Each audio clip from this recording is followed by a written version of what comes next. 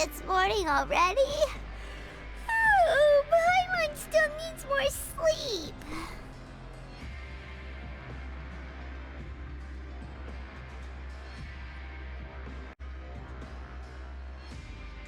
Huh? Wait, look over there! Isn't that... It's one of Lini's cards! Let Paimon see what's written on it! Maybe you haven't heard, but today is the monthly free day. Everyone has the day off today, which makes it the perfect time to do some investigating. It's been a while since we last talked. Have you been making any progress lately? Let's meet at our usual spot in the factory area before lunchtime. I have new information. Ooh, today's our lucky day. We have the day off. From the sound of it, Lini's been making progress with his investigation. Wonder what he's discovered. We still have some time before we meet up. Let's talk with the people here for a bit more before we go.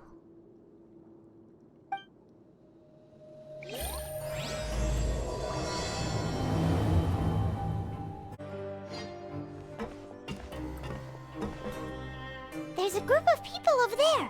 Let's go listen in. So I said, that's not a faucet. Hey, who are you two? Why'd you come over all of a sudden? Oh, sorry for eavesdropping. Sounds like you were talking about something private. What's the matter? They're just looking to join in on our fun, that's all. Hey, don't pretend like it's okay for them to just interrupt us like that. Fine. You're lucky we don't mind extroverts that much. You hear that, Quisto? What nice! Your expressions tell me you're looking to hear some juicy info, am I right? But before that, it just so happens that I know you two. Really? Are we that famous? You're kidding. How often does anyone get a personal tour led by His Grace himself? Practically everyone was talking about it. Word has it that you also caused quite the kerfuffle. A little mistake, huh? I like the way you put it. You see, people with a good attitude can join our group anytime, unlike some of the others here. Your group? I'm Quisto, and this is Lavaroon. People usually call us the Bombshell Bros, but don't worry. We're not playing with bombs or anything. It's just that our information is always so explosive, and we blow minds on the regular. So, you two really like to gossip? Whew, you sure know how to embellish. No. You don't get it. Knowing intelligence will make things better for you here. For example, knowing who's working with whom, who has the latest rumors, who's not getting along. Wouldn't you like to know all that? Whoa, all this info's worth something, you know? You should prove you're worthy of it. I don't mind him. Quisto's always this way. Just play nice and say something to massage his ego. The welfare meals. Talk about the welfare meals. Right! That meal we had yesterday was super delicious. Paimon can still taste it whenever she closes her eyes. Is that so? To tell you the truth, I've been helping out with making those welfare meals. I've been working as a kitchen assistant for about a month and a half now. Oh, so you're the one who made those delicious steaks. Amazing! You could be a professional chef. You are correct. I am a true professional. In fact, I even went to culinary school. But enough about that. Since you like my cooking, I guess that means we share similar tastes. Listen carefully. This little bombshell will help you learn what's really going on here in the fortress.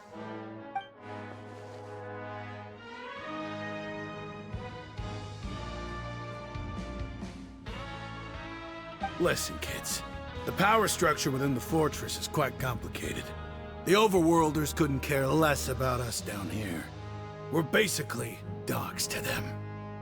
You've already met the one person here you should never cross, the Duke, Rizli. He knows more than you think. And if he doesn't care about something, then he often doesn't bother dealing with it. Those who have the Duke's attention get all kinds of special perks, even better treatment in the infirmary. I know who you mean. It's that Jurier character, right? I don't think there's anything useful about him at all. Why does he visit the infirmary practically every day? Is it normal for anyone to be going in and out of there so often? If you ask me, he's just faking it to get out of work. But did you know that Jurier was a talented researcher from the Fontaine Research Institute before he came here? There's no denying that. I don't care if he was a researcher that could turn dirt into Mora. Once you're in the fortress of Meripede, you're just another inmate like everybody else.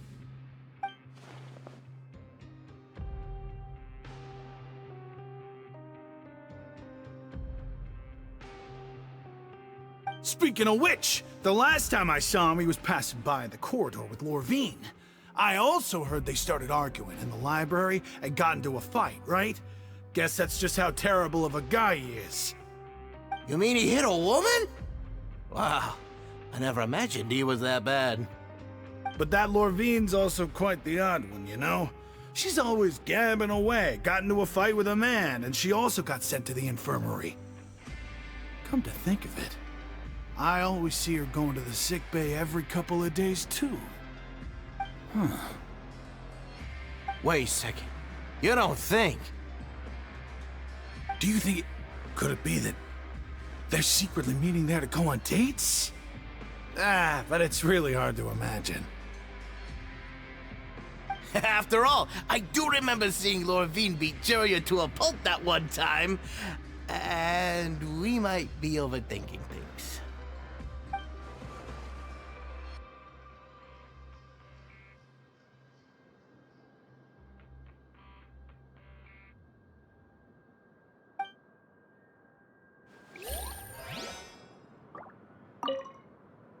Is it really all right for us to talk about people behind their backs like this? That's just how it goes. Good gossip is still gossip. Yeah, I guess you're right. But wait, we're not just gossiping. This is legit information we're discussing here, right?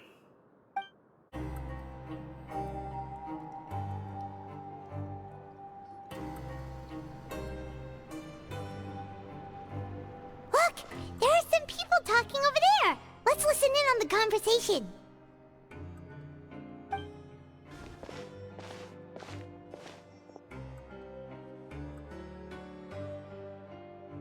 If you ask me, those pompous parasites on the surface act like they're all a bunch of aristocrats. Do any of them give half a hoot about a bunch of dogs like us? Hey, speak for yourself, mate. I'm no dog. Oh, you think you're special or something? If you're here, then you're just a convict like the rest of us. I've heard that even if you're released after serving your sentence, going back to life on the surface ain't any better. Once a criminal, always a criminal. We're marked for life. I don't buy that. Hey, how cool would it be if the whole world was destroyed by a giant flood and everyone had to start over from nothing?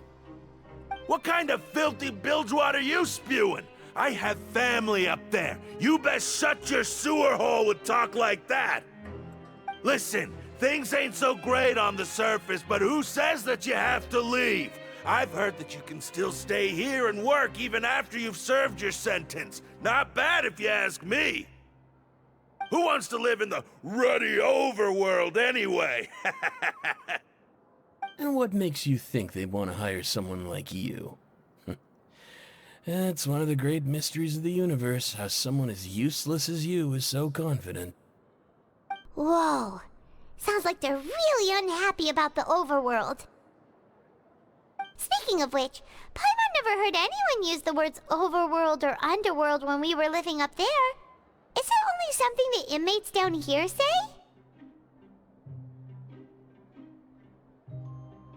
That's true.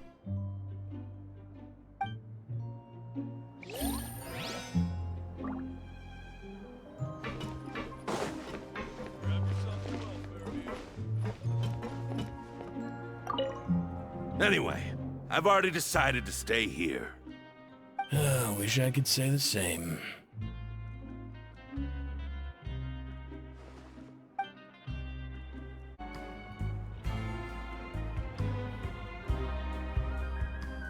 Hey, you over there. Yeah, you. Say, do you like playing card games? You know, like Genius Invocation TCG? You TCG players are like mint in the wild, literally sprouting up everywhere. Hey, come on now. What's wrong with finding fellow Invocation aficionados? Anyway, care to join me for a game? Alright. No pressure. But why would you be looking for people to play Genius Invocation in a place like this? Don't people usually come here to fight? Whether you're throwing down cards or throwing punches, it's all a competition, isn't it? It's all the same in my eyes. There are lots of card players here in the fortress. When I saw you, I immediately thought, hey, even outsiders from other nations play cards. So I came over to say hi. Sure. Great! Since you've been here longer than us, you need to flex your seniority a little bit, right? Maybe you could start by telling us newcomers some stories about this place. I thought you would have already heard everything by now. All right, then. Did you have anything specific in mind? Or do you want me to just pick a topic? Why don't you pick? We'll let you know if we've heard it already. All right. Have you heard any strange rumors since you've arrived? Then, did you know that there are some people who are always gossiping over in the corner? Yes, so you've already met those two. They're quite a pair. They always keep an eye out for the latest happenings and gossip about everything. I've never seen anyone with more time on their hands. I heard that they used to be a chef and a bartender before they were sent down here. You know how bartenders are, always chatting with customers. And chefs love to pass the time just hanging out when they're not cooking. Good to know. Do you have anything else to tell us? Let me think. Sounds like you want to hear something a little more tantalizing. Oh, did you know that the Duke was also a convict in the fortress of Meripede before? Huh? Wait, are you serious? That's right. The Duke was an inmate just like you and me. Seems he was exiled here for committing some crime. Who knows how he ended up rising up to become the warden, though. To go from an ordinary inmate to becoming the manager of the whole place? I'm not gonna lie, I kinda respect that. A forbidden zone? Sounds like something that someone just made up. I've never heard of that. Where did you hear about it? It's just a rumor we've been hearing, but no worries if you've never heard of it. Do you have anything else you can tell us? Anything else? Not that I can think of, but I'll be sure to tell you anything interesting I hear next time. You'll have to play a game of Genius Invocation with me first, though. Okay, we've talked to just about everyone, and it's about time for us to go meet Lini. According to the card he left us, we should go meet him in the production zone. See you later. Hey, let's play a game if you ever have time.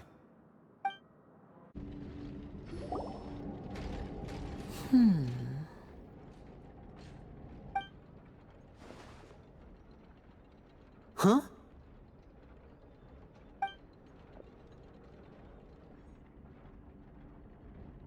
That look in your eyes. You found something? Hey, this is no time to be modest. Just tell him we found a boatload of information. Oh, as expected of the legendary duo, you have my full and undivided attention. Huh. I'd have never guessed that myself. The rumors swirling about this place are unreliable after all, and Master Child probably went missing because he found a way out. He is a harbinger after all. I suppose he's much more resourceful than I initially gave him credit for. Unfortunately, this isn't enough for our final report to Father. We need to find out Master Child's exact whereabouts. Father told me that even though Master Child said he was just coming to Fontaine for a vacation, he actually had some personal reasons. His agenda might be linked to his disappearance. His escape route is already flooded, so we'll have to task someone with professional diving skills to chase after him. Well, when you put it that way, it's obvious that only Fремине would be up to the task.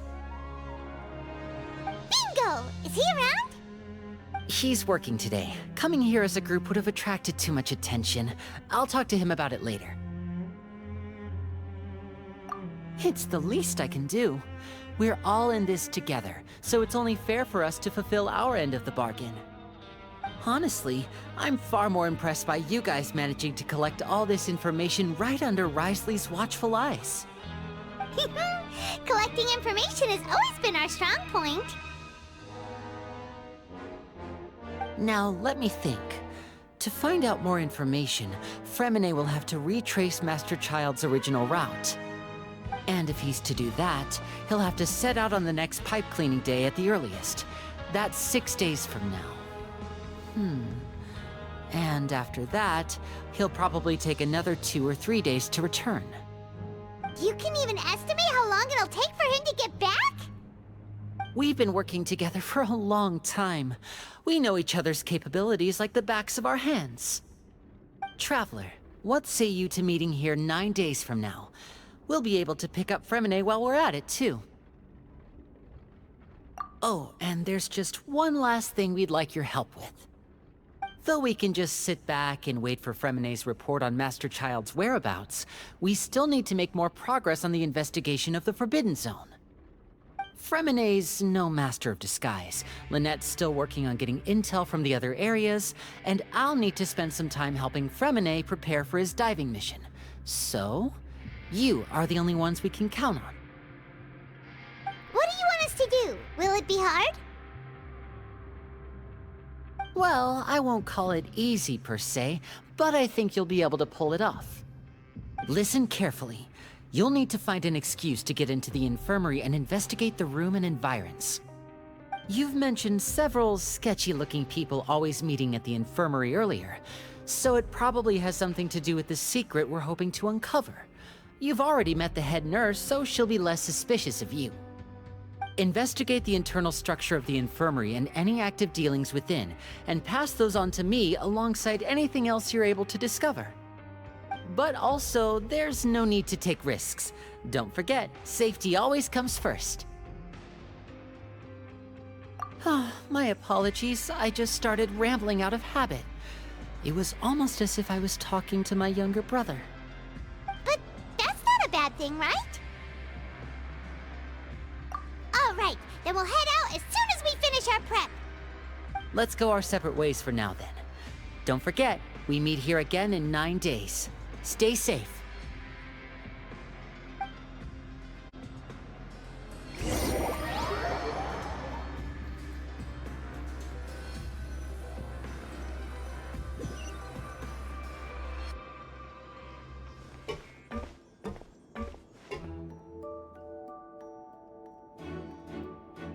Hey, stay here for now. Paimon will take a peek. There seem to be several people inside.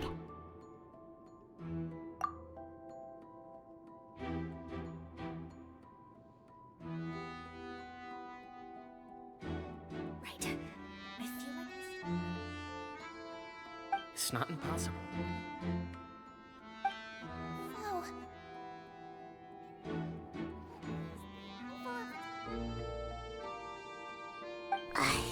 It's a bit hard to understand them from here, so why don't we just try to talk to them in person? Let's go as soon as you're ready.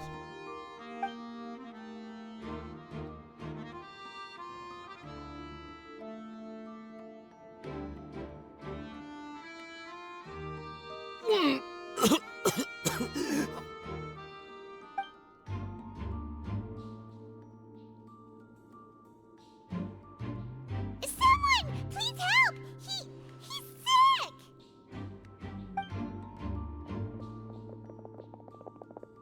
Whoa, are you okay? Oh my! What's wrong, little one? There's no need to panic. Take a deep breath before you begin. The traveler started complaining of a stomachache, and then nausea, and then collapsed onto the ground. Paimon doesn't know what to do.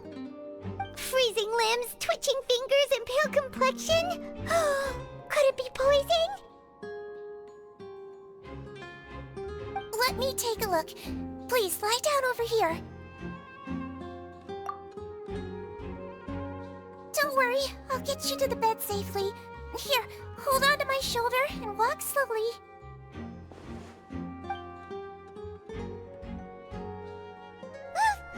You can do it, Traveler! Don't apologize. You're sick after all. Now, please relax. I'm just going to do a preliminary checkup on you.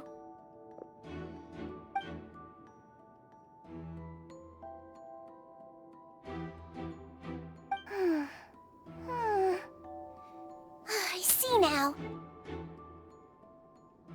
My checkup has confirmed that he's not in any mortal danger. That's our worst fear out of the way. Eh? Oh, that's good. But... I'll continue my diagnosis of the patient now. Please, relax and take a deep breath.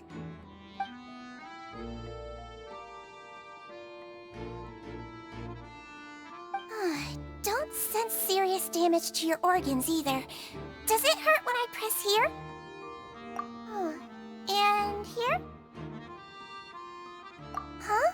But based on my initial checkup, there shouldn't be a problem here. Oh, how strange.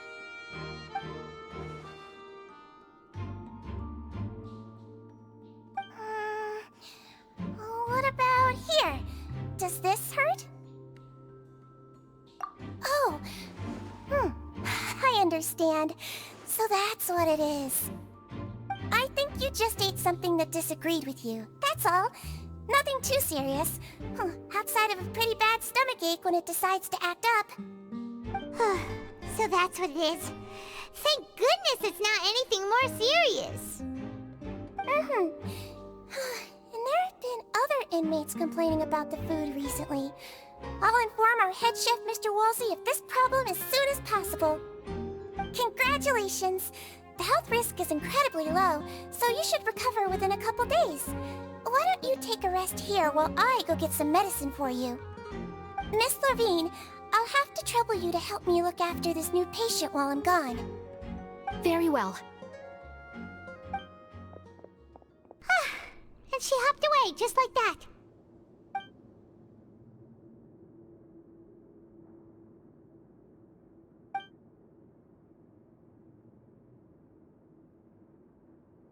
Hello. So how are you feeling now?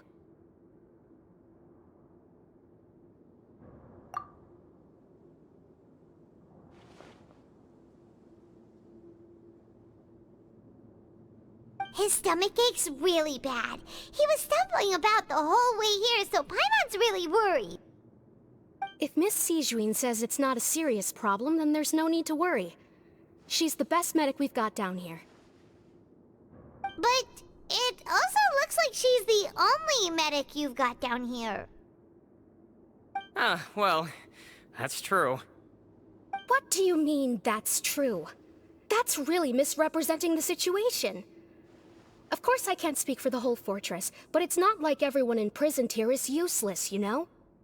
Though they may have committed crimes and gotten locked up here as a result, they still know a thing or two about medicine, and they help Miss Sishuing take care of the sick and injured.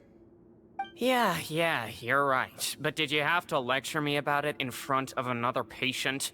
Aren't you a patient too? Where did all your energy come from?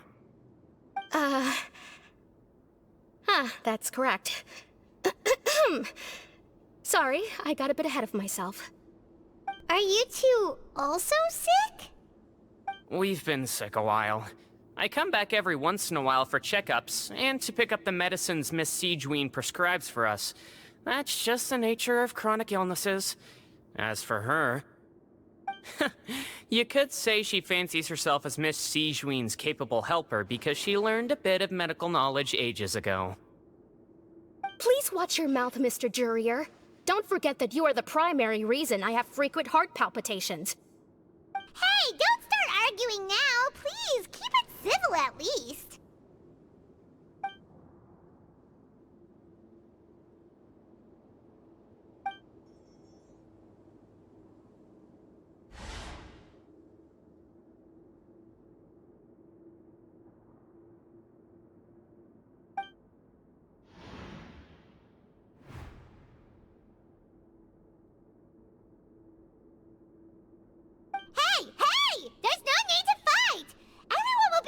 Someday, so there's no need to argue over silly things like this!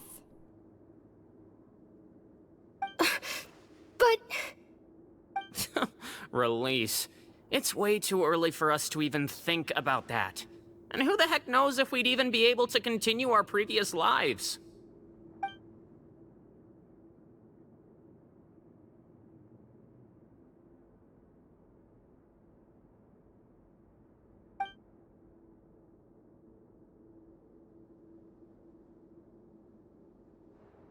Please allow me to end this boring and useless conversation. Oh, and Mr. Jurrier, I don't want to see your face here again anytime soon. And same to you, Miss Lorvine. Anyway, that was more than enough rest for me, so I'm going to get out of this excessively noisy place. See you later, everyone. He just slowly walked off like that? That's just what he's like. I'm sorry you had to see all of that. I'm Lorvine, and that's... Well, his name is Jurrier, but I hope you'll never have cause to remember his name. You really can't stand him, huh? I mean, can you blame me?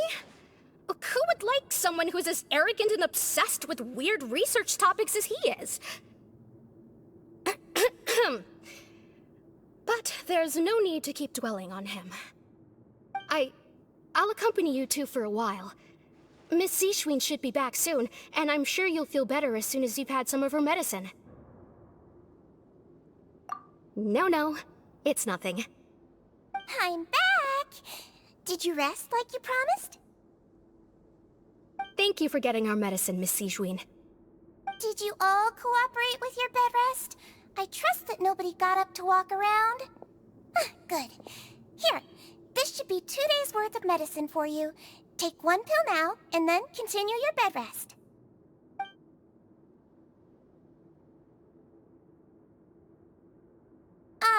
Miss Lorvine, I left in a bit of a hurry just now. Do you still remember if we discussed the color of the pill that you should be taking today? I remember. You said it should be yellow.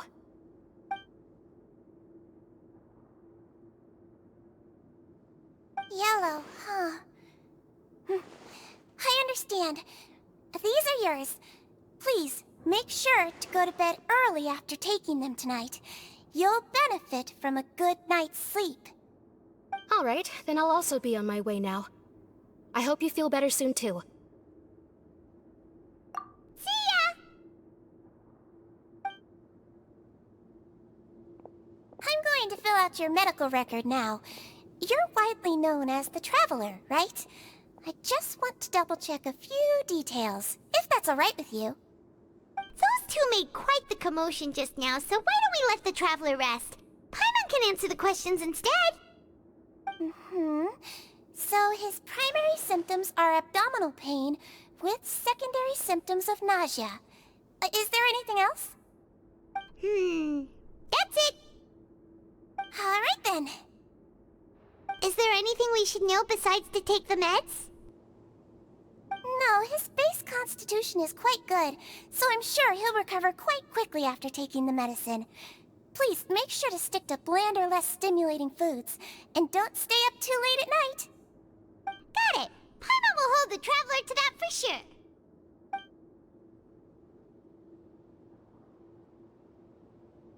Oh, you're going to take a nap already? Okay then, you get some rest.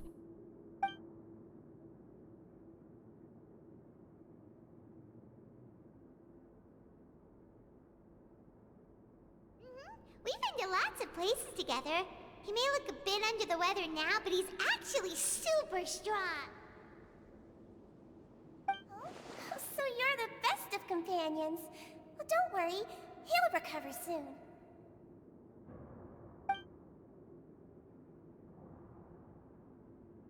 Ah, you're awake. How do you feel? You slept for a really long time, but we never left. Well, now you can go back without a worry in the world. Remember to take your meds regularly, and remember bland foods. Mm-hmm. Thank you, Miss Sijuin.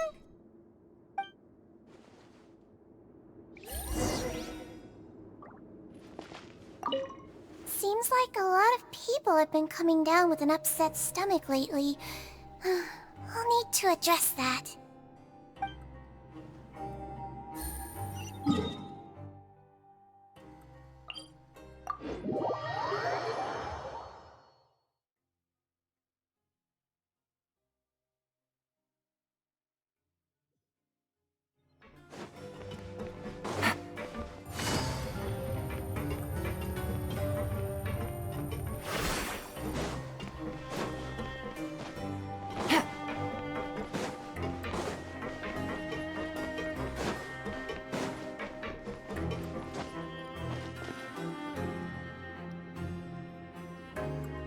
You really are something. To be able to fall asleep like that and even sleep talk the entire time, you scared Paimon half to death! No, but you kept mumbling things along the lines of, Pyron, go take my grilled fish and put down the Adeptus Temptation now! Paimon talked with Sijuin the entire time you were asleep. She seems like she's just a sincere nurse, and Paimon didn't notice anything unusual in the room. Are you sure we're not going off track with the infirmary?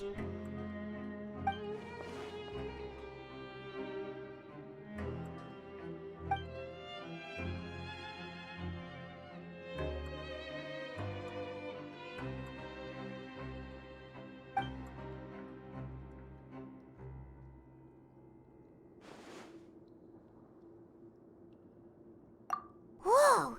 You really are super thorough. All those tiny little suspicious things that Paimon didn't even pick up on. We've got to give the info to Lini.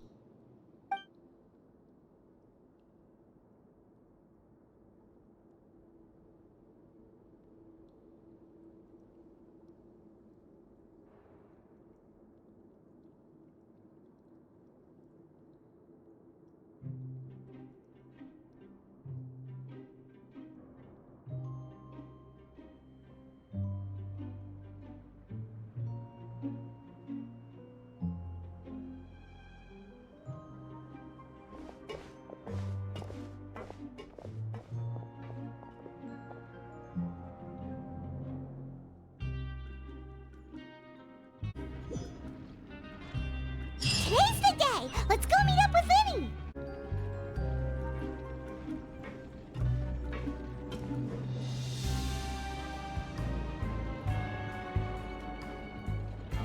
Oh! Hmm?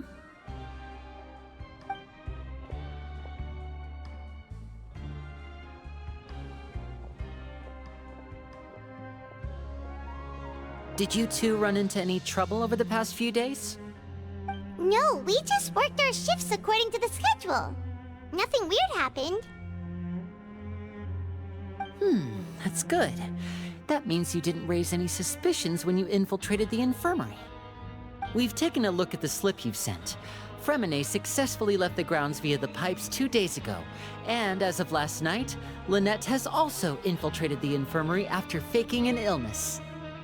Wait, why is she getting involved as well?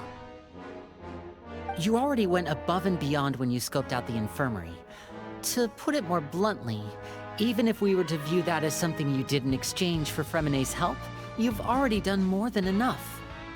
Infiltrating a guarded stronghold is a different kind of job from a one-off investigation. We want to avoid using the same faces over and over and reduce the amount of suspicion that will fall on any given person. Lynette also felt like you have already taken the first step for us, so she should be the one to finish the job. So that's what Lynette thinks. Oh, Paimon hopes everything's going well for her. Perhaps that's true. You're both very good people, and we've come to appreciate that more than anyone else. Unfortunately, there's still one thing that could get between us, lest you've forgotten.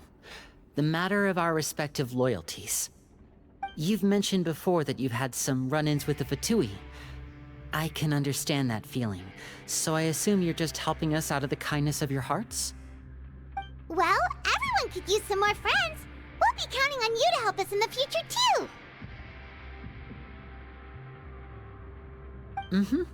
Since I see you as friends, then it's even more important for us to protect you from any peril. Fремине and Lynette feel the same way. Glad to hear it.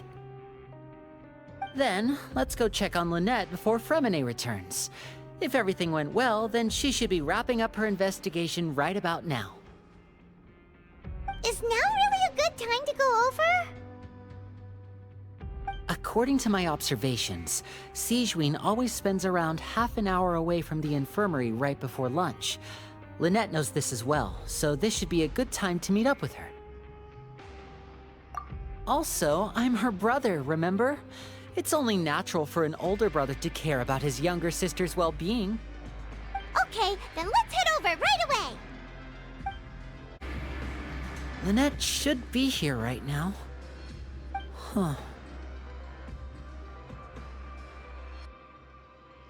Strange. Lynette? As expected, Sigewinne isn't here, but why isn't Lynette here? No, Lynette rarely deviates from the plan. We agreed that if she were to make changes on the fly, she'd find a way to let me know. Unless... Let's see if there are any clues around here. We can look while we wait for her. Who knows? Maybe she'll be back soon. Okay.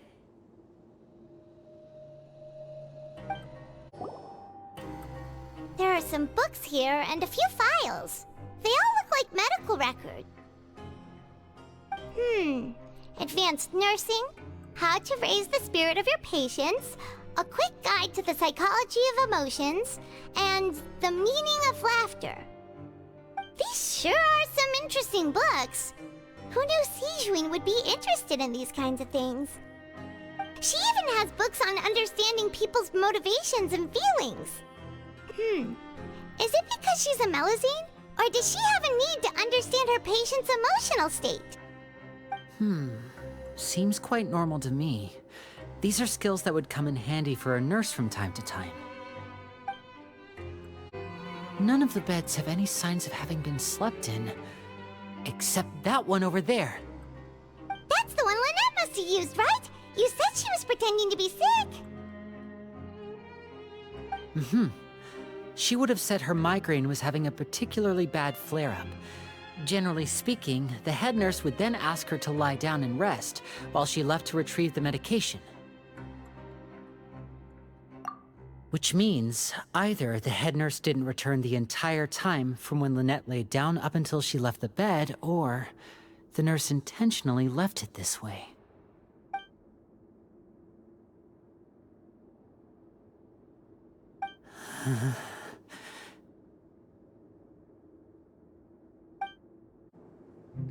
This is it! We saw it before! Wait, this thing? It doesn't look like it's been disguised that well.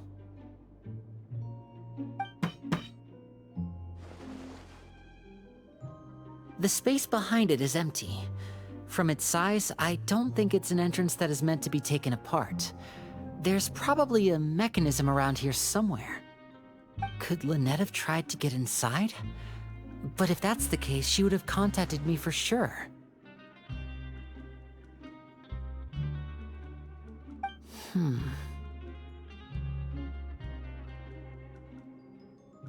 Let's look around here for some more clues. Don't panic, just take another look.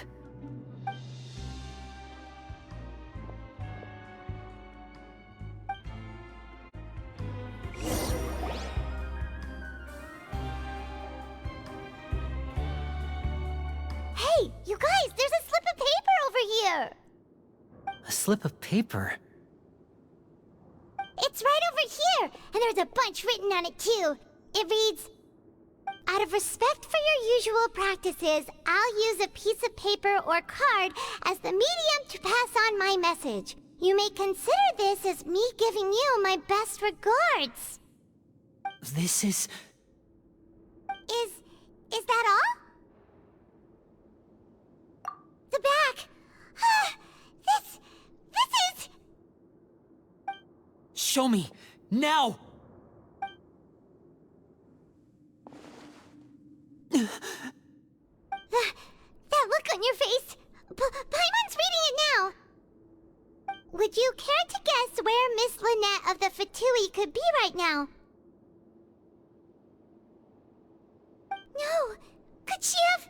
Is she already... Rithely. Did he deliberately leave the infirmary unguarded to use it as bait? Wait, you mean he was aware of our goals from the very beginning? But why? We didn't run into any trouble last time, and he also never reached out to us since. Yes, that is a crucial question. Rithely, he doesn't do anything without a clear goal or reason.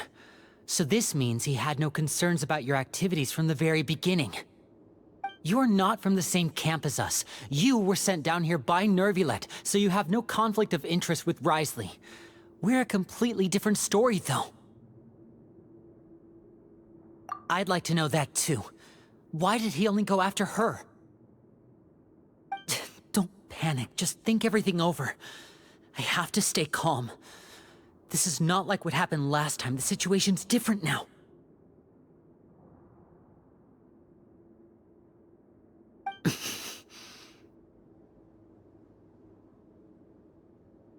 Wait, you're right. Wait, but that means...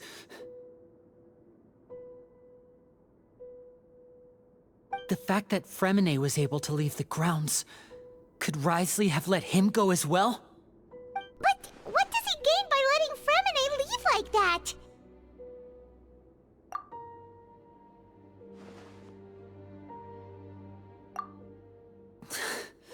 So he's challenging me and trying to provoke me, I'm sure of it. We never should have sent out Fремине. We had to go through all that trouble to find an opening to sneak him around the guards and into the pipe, and we even thought luck was on our side. If Rithely let him leave on purpose, then he's probably in a terrible spot now as well. Lenny's getting more and more panicked. We have to calm him down. Don't be like this, Lini. Fремине wouldn't have left if we hadn't told you about Child. That was our fault.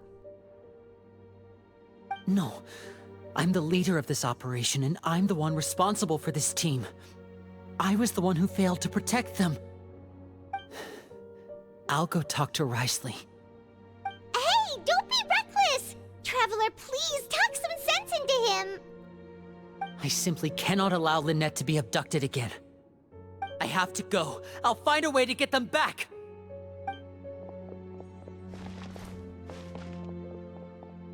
He's rushed out the door! After him!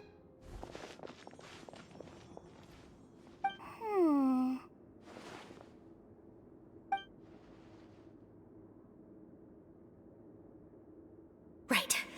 I feel like we still have some room to make changes on these details. It's not impossible, but it'll require extensive testing. Is that so? Very well. Then please be mindful of the time.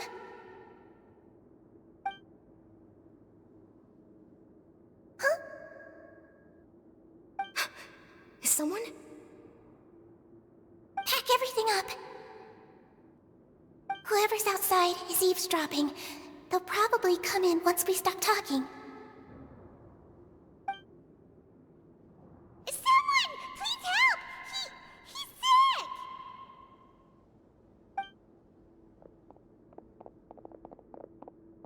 Whoa, are you okay? These two.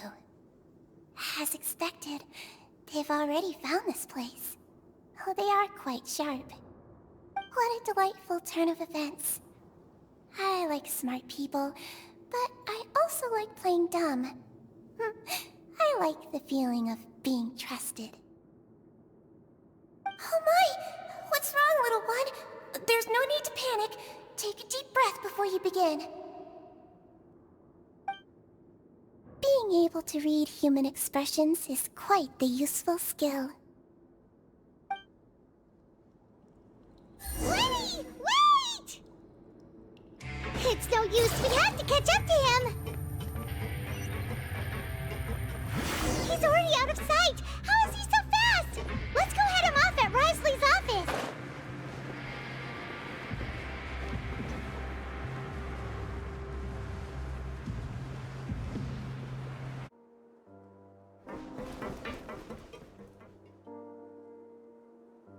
Come out and face me, Risley! Aren't we at an administrative office space? Why don't you at least try to follow even a couple rules from the fortress's indoor management regulations? What did you do to my sister? I ran into the young miss at the infirmary. I'd heard that she was suffering from quite the migraine, so I decided to invite her over for a cup of tea. I do have some teas in my collection that can work wonders against such an illness.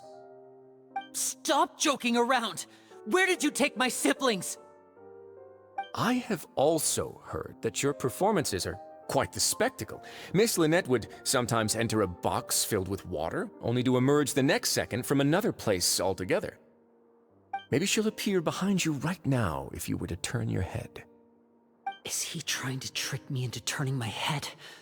No, he's probably not looking to attack me right now. All of the hostages are in his hands, and he's even in the mood for small talk. That means Lynette is probably still alive.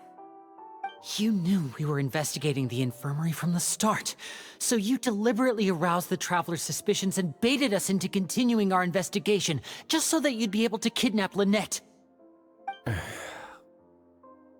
As for Fремине, no, you probably didn't even interfere with Child's escape.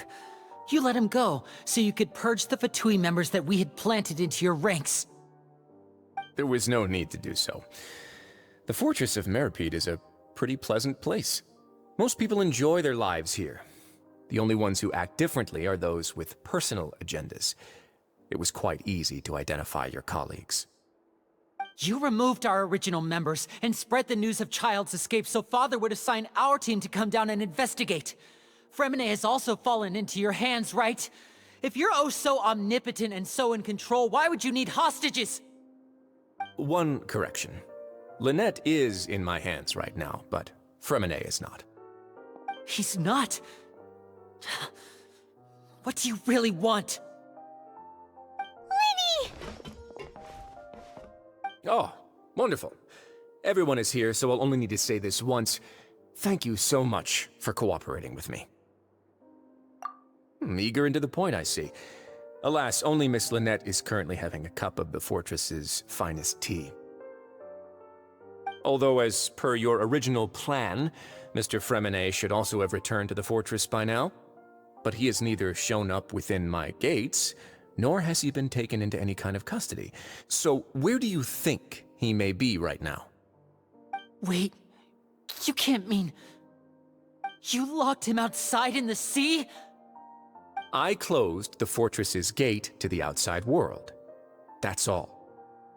Fremine's a star diver, so he should be fine, right? No, we're still here, so he'd definitely try to find a way to come back for us. So we can't assume he might have made a break for the surface. But why would I do this, you may be asking? To have an audience with you, of course.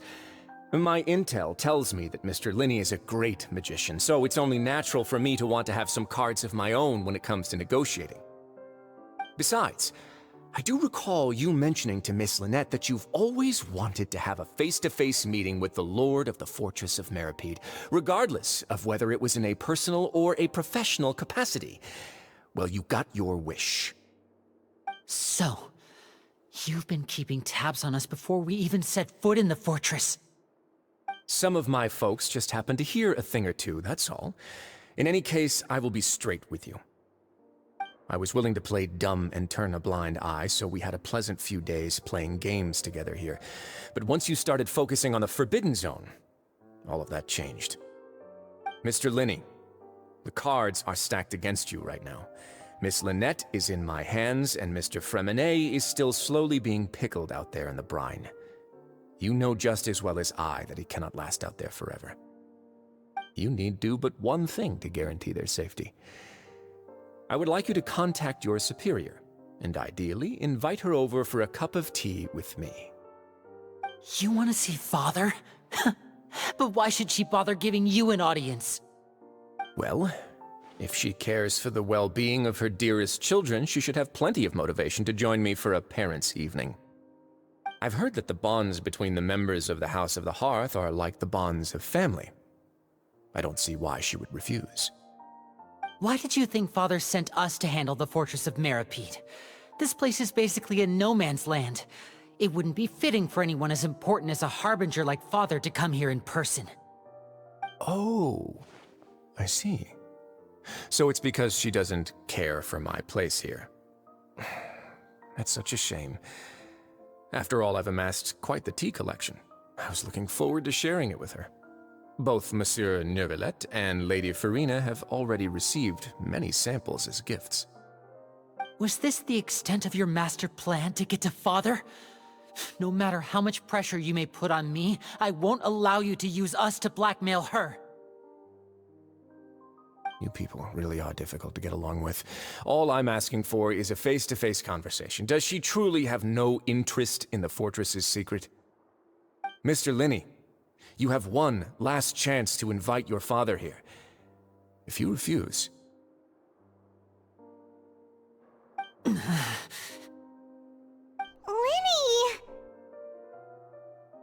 Instead of asking why I'm doing this, why don't you try to see things from my perspective for a second? From the very beginning, the Fatui has been actively infiltrating my fortress. I gave you a warning by cutting off the first few operatives I found, but that only caused you to double down. Had you given up on the fortress then and there, I'd have no reason to want to talk. Mr. Fréminet left the fortress on his own, and Miss Lynette tried to pry out my secrets right in front of me. No matter how you look at it, the responsibility for this falls on you. I shouldn't ask Father to do anything because of us. 6, 5... Wait, 2, 1. Time's up. It really is a shame, Mr. Lini. Rizli! Negotiations have broken down. Please leave, ladies and gentlemen. It's time for my afternoon tea. Yeah, listen to the Traveler. If you can't talk to Lini, can you at least talk to us? You do realize that I'm only letting you go because of Nёvillett, yes? You're here helping him out, and I've already done my best to stay out of your way. But that doesn't mean you can just do whatever you want. The fortress may be small and remote, but it still has its own set of laws. Then how about this? Those who are capable deserve respect. You've spent quite some time investigating my home turf by now, so why don't you tell me a thing or two about what you found, I'll ask you 3 questions. Answer all of them correctly, and I'll agree to your request. Question 1. Regarding the hidden rules of the production zone, what is the truth behind the one about not being allowed to work for 3 days in a row?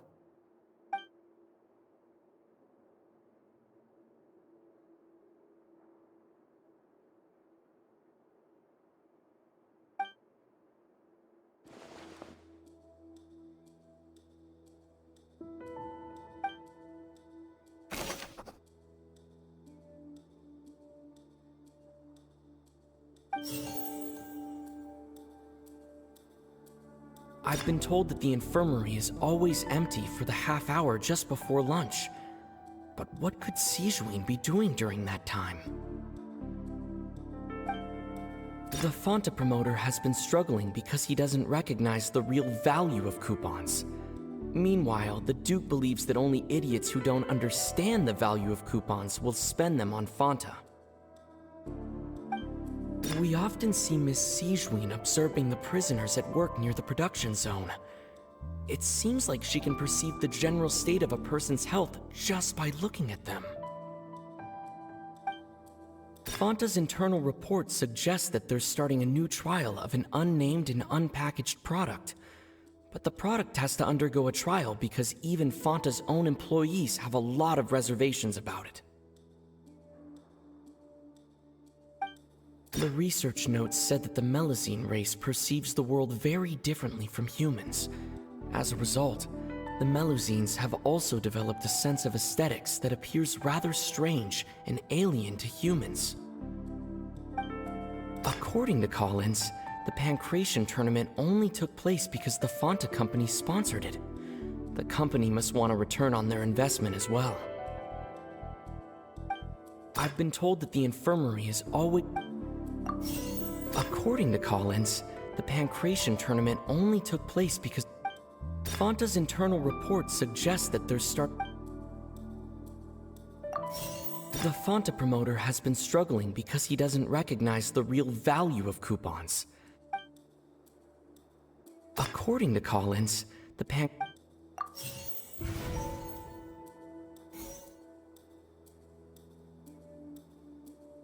We often see Miss Sigewinne observing the prisoners at work near the production zone. It seems like she can perceive the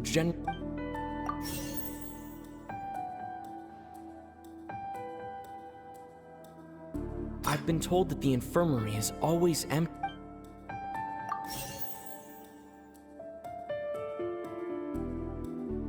Fanta's internal report suggests that they're starting a new trial of an unnamed and unpackaged product. But the product has to undergo a trial because even... The research notes said that the Melusine race perceives the world very... The Fanta promoter has been struggling because he doesn't recognize the real... I've been told that the infirmary is always...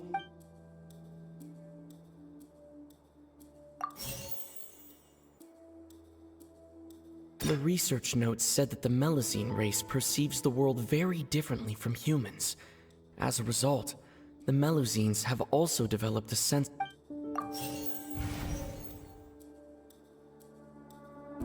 I've been told that the infirmary is all... Fanta's internal report suggests... The research notes said that the Melusine race perceived...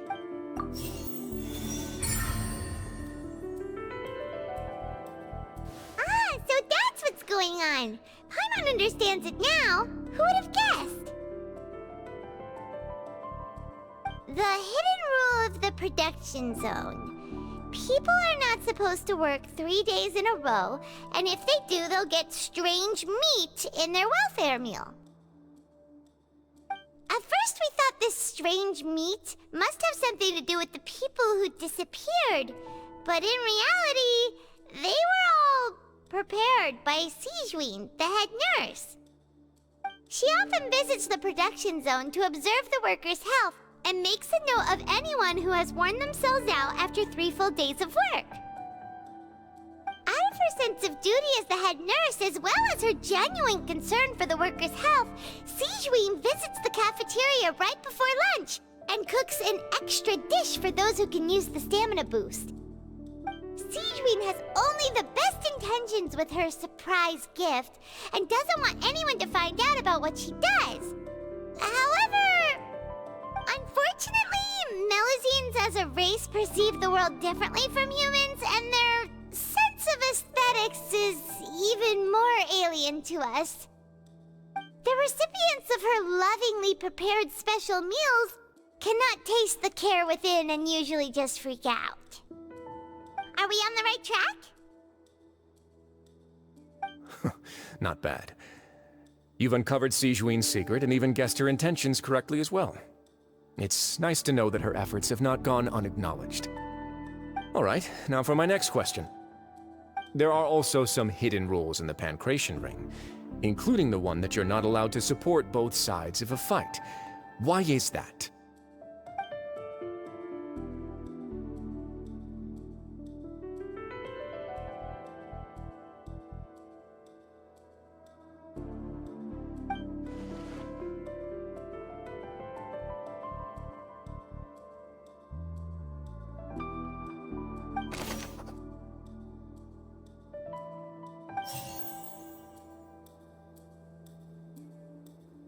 The Fanta promoter has been struggling because he doesn't recognize the real value of coupons.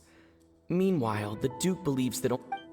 According to Collins, the Pancration tournament only took place because the Fanta company sponsored it. The company must want to return on... Fanta's internal report suggests that they're starting a new trial of an unnamed and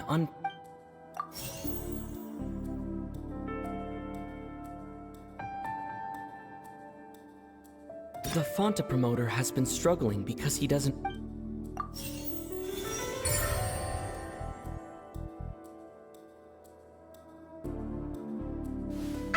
Paimon gets this rule too now, so there really was nothing to be afraid of. That hidden rule of the Pancration ring is about how, people are not supposed to bet on both boxers at the same time. And if they do, they'll receive a package containing a strange, blood-colored liquid. People get scared when they see it because they've subconsciously begun to associate it with the missing boxer. But really, it's just a bottle of the latest yet-to-be-named and packaged new Fanta trial product. A blood-red drink. It's no wonder even Fanta's own staff were questioning the company's decision-making. The company, facing backlash from its own staff, decided to try to trial the product on a smaller scale, to see how it might be received by customers. They came to the fortress of Meropide and offered to sponsor the Pancration tournament so they could push their new product. But the Duke completely refused to even entertain the idea. The Duke, knowing how valuable coupons are in the fortress, knew that only total idiots who didn't understand their true value would bother buying a Fanta product here. And so, only those who proved their stupidity by being dumb enough to bet on two opposing sides of the same match were selected to receive the drinks. I acknowledge the effort you've put into bringing the truth of this mystery to light. Although, based on your description, that Fanta promoter is a bit too careless with his words, I may just reconsider my collaboration with the company. All right, and here's the final question. What's the secret behind our head nurse and all of her patients in the infirmary? Stop your cruel and pointless games, Rizli! You know that we haven't finished our investigation, so there's no way we can answer the last question! The thought of sparing Lynette and Fремине never even crossed your mind! You'll pay for this! Ah! Lini, are you alright? Oh, close one. I owe you, Sigewinne. That was a fantastic shot. It was nothing, Your Grace. Sigewinne? Though this gun may look like a toy, it's actually fully functional, as I just demonstrated. Sigewinne... You... Not at all.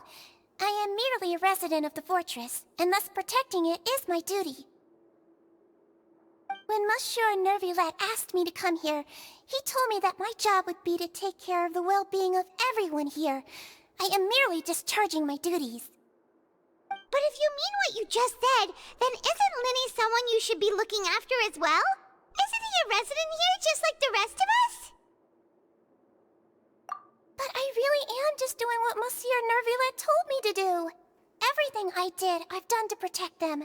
Had I not, they would be in far more dire straits right now. His Grace knows it too, right? Your Grace? Mind proving my innocence to them? My dear Sigewinne, whatever shall I do with you? Would it have killed you to just wait another minute or two? Well, it's nearly time after all. The way you do things can be truly frustrating sometimes, Your Grace. I figured I should try to talk some sense into you. What are you talking about? What time? Take me if you want. But let them go. How touching. Can you just give me one more minute? Don't be like that, Your Grace. All right, everyone, calm down. 2 more visitors will be arriving any time now. I'll go get a cup of tea. Miss Sigewinne, I leave Miss Lynette in your care. You... What are you doing? I believe I hear footsteps.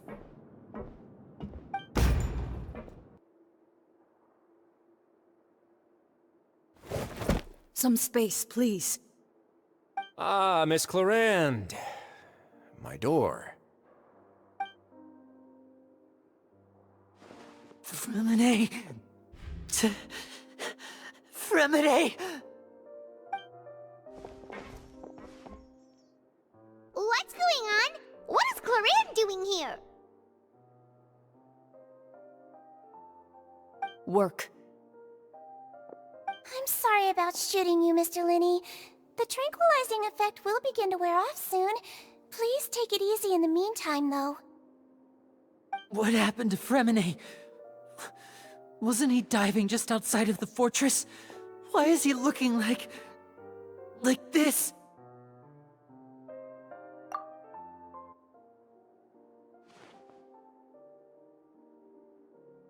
A flushed face, an accelerated pulse. He must have consumed primordial seawater. What did you say? Please, make some space. I'll need to give Mr. Fремине a more thorough checkup. Your Grace, I'll leave the rest to you. I'll talk to Clarande while you get Fréminet to where he needs to be. Everything else can wait.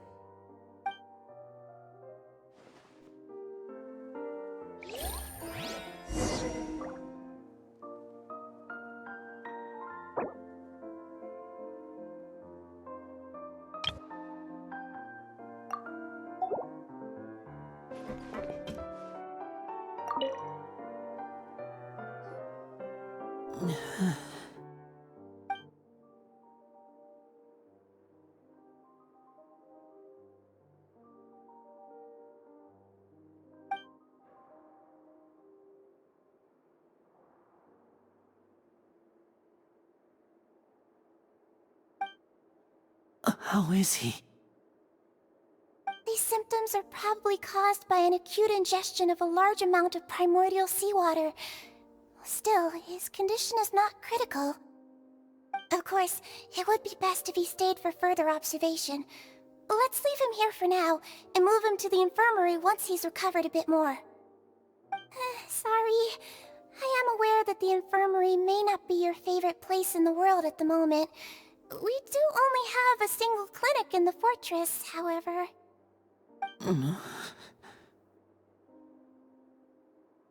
Why would he ingest a large amount of primordial seawater after leaving the fortress? How could that possibly happen? Please, look after Mr. Fréminet for the moment. I'll go fetch some medicine and a respirator. Oh, I'll bring Miss Lynette back with me. Where is she? How is she right now? Oh, she just took a nap in an empty room after I tranquilized her. If my calculations are correct, she should also be waking up right around now. You might not believe me, but His Grace and I actually made some snacks and tea for her.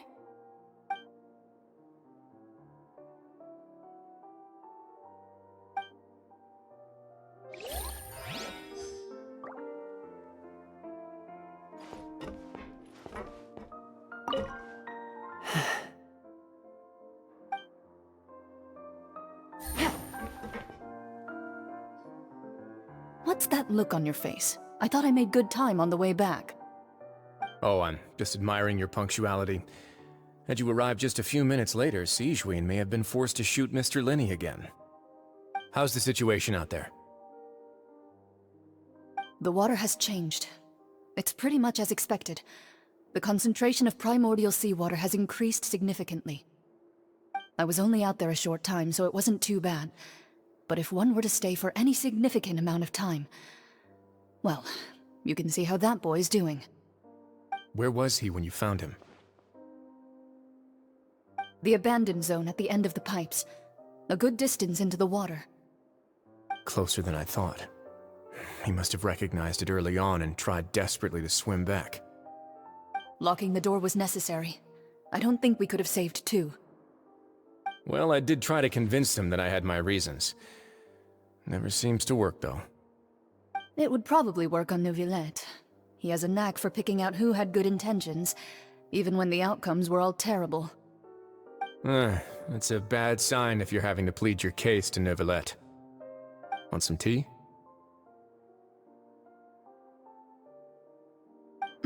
Not particularly. If you want to drink some that badly, just say so. Fine, I'd like to get some tea. Want me to get you a cup too, since I've already made it? Might as well then, I suppose. Actually, do you have a towel? I would like to dry my hair.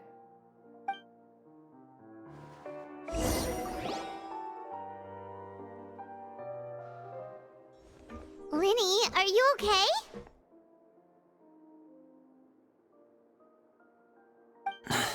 I'll be fine. They're all here now. Don't worry about me. Are you sure? You don't look alright. My hands and feet are still a bit weak, but that's probably just the residual effects of the tranquilizer shot. I'm back, everyone. Lini! Oh, Traveler, Paimon, you're here too. Fремине? Is he... He'll be fine. But for now, please help me lift him up.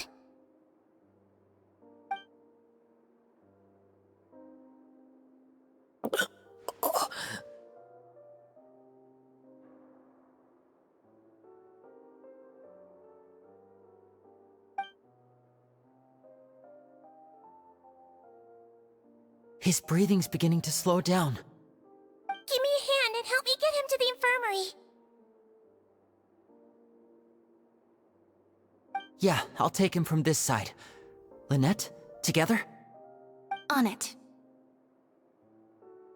Traveler, you seem pretty worried about him. Want to come with us?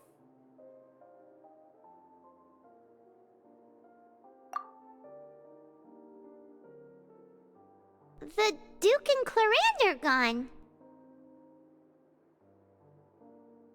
They probably went to get some tea. The Duke will explain the truth in just a bit. Miss Clarande will need a break, since she only just returned from rescuing Fремине out of the sea.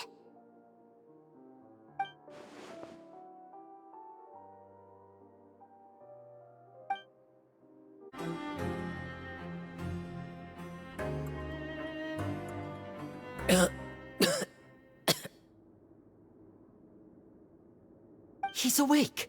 Fремине, how do you feel? Lini... Lynette... We're all here. Where... am I? The infirmary, at the Fortress of Meropide, Mr. Fремине, and you are no longer in any danger. How do you feel? Don't push yourself if you're not feeling up to it. Traveler... Paimon... It's been so long. The sea! There's something wrong with the seawater. Shh, it's okay. We can talk about it after you've recovered. No, listen to me. This is really serious. There's primordial seawater mixed into the regular seawater. I don't know why it's there, but no one should touch it. Pipes... Right, the pipes. It's all coming back to me now.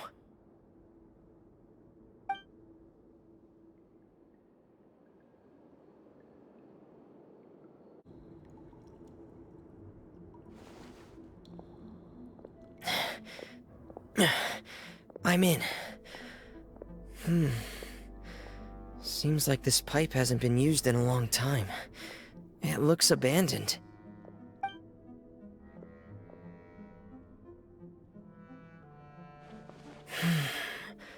Where could Master Child be?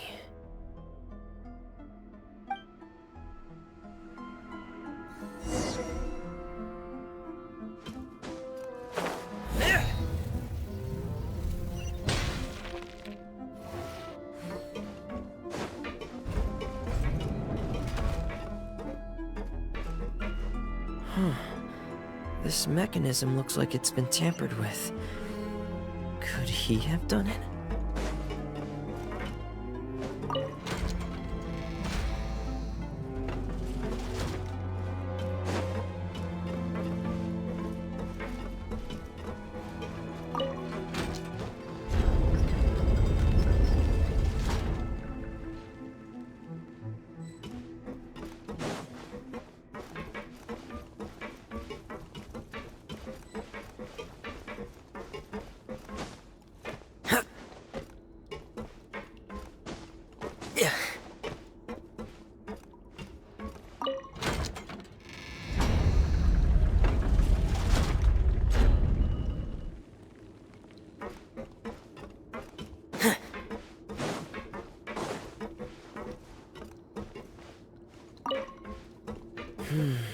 It's getting stuck on something.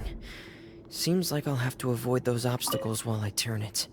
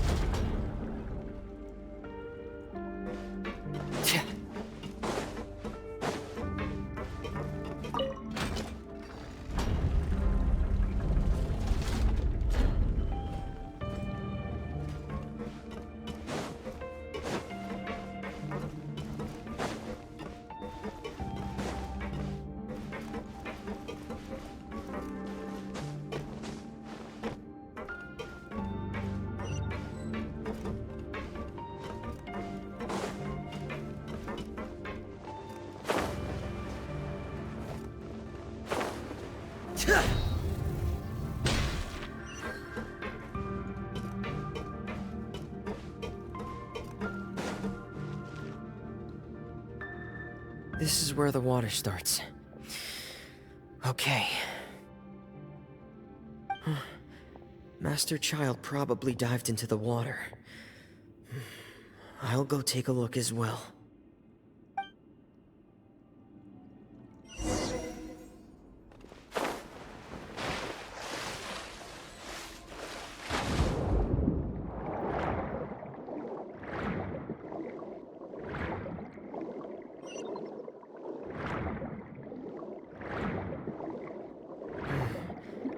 The vegetation here is a bit more sparse. These traces are natural.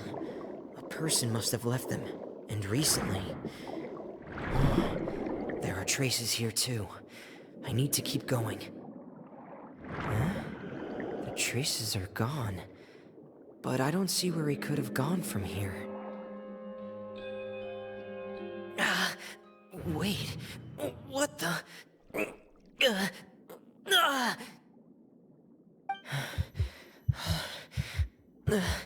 My heart is racing, and it's getting harder and harder to breathe.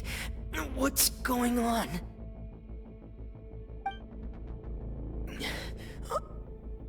No good. I have to get back. They still don't know anything about what's going on. If I turn back right now, I should still be able to make it.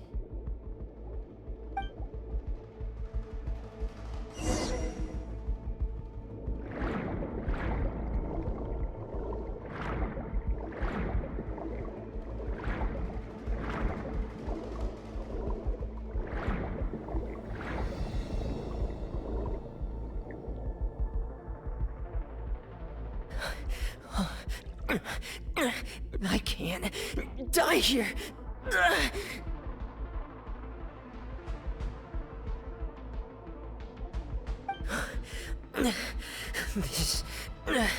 This is bad.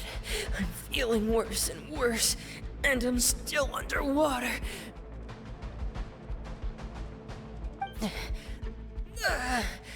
I have to push on.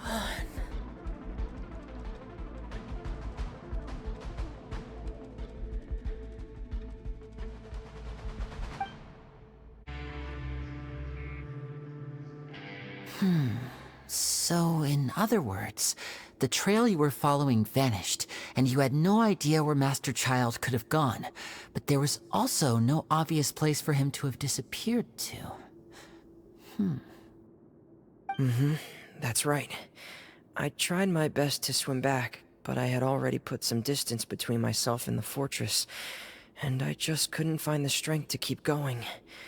I probably passed out some time after that, and you know the rest.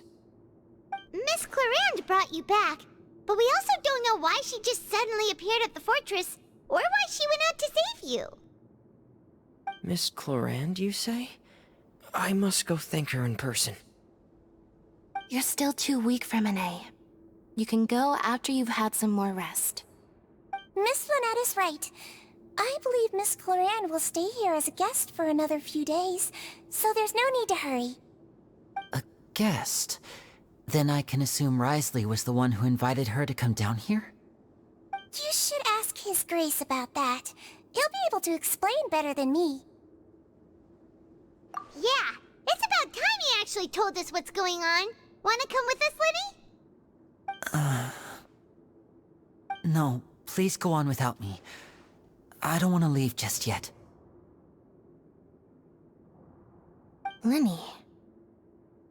The logical part of my brain is aware that we're safe right now, but I still can't bring myself to leave. Both of you are just in danger. Understood. Then let's just sit together for a while. In that case, I'll leave the infirmary to you. The Traveler and I are going to head out for now. As long as you stay in here, I don't think you'll be disturbed. Thank you.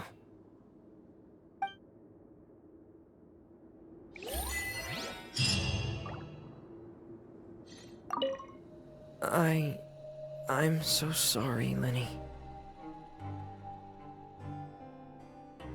I'm also really sorry, Lini. I should have been more careful. Don't say that. It was all my fault. I was the one who should have been more careful.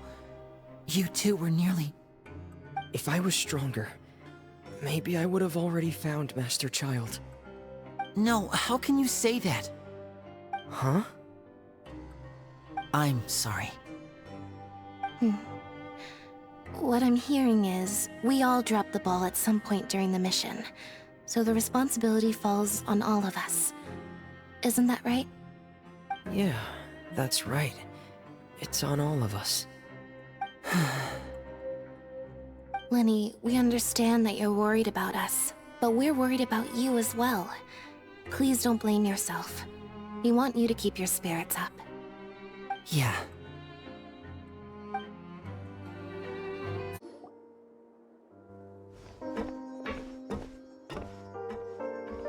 Excuse me!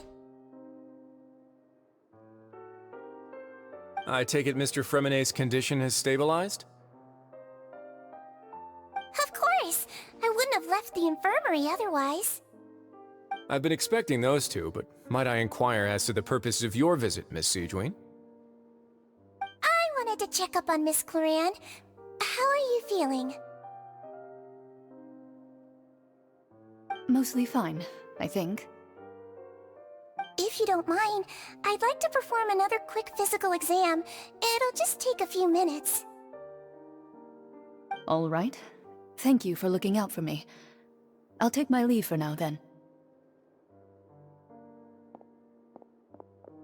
Well, want to explain yourself, Rizli? Of course, but I'm not partial to the word choice of explain. How about enlighten. Where should I begin?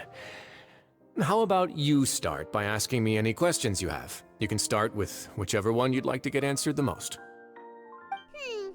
Then Paimon will begin. Did you know about Lenny's goals from the very beginning? No. I just knew they were Fatui operatives sent to the fortress by the Knave. As for their specific goals, I only figured those out as you made progress on your investigation. You managed to monitor and stay ahead of them even though you didn't know what they were trying to do? They came here with ulterior motives. I'm quite adept at discerning what that kind of behavior signals. Initially, I thought their goal was just to investigate Child's disappearance.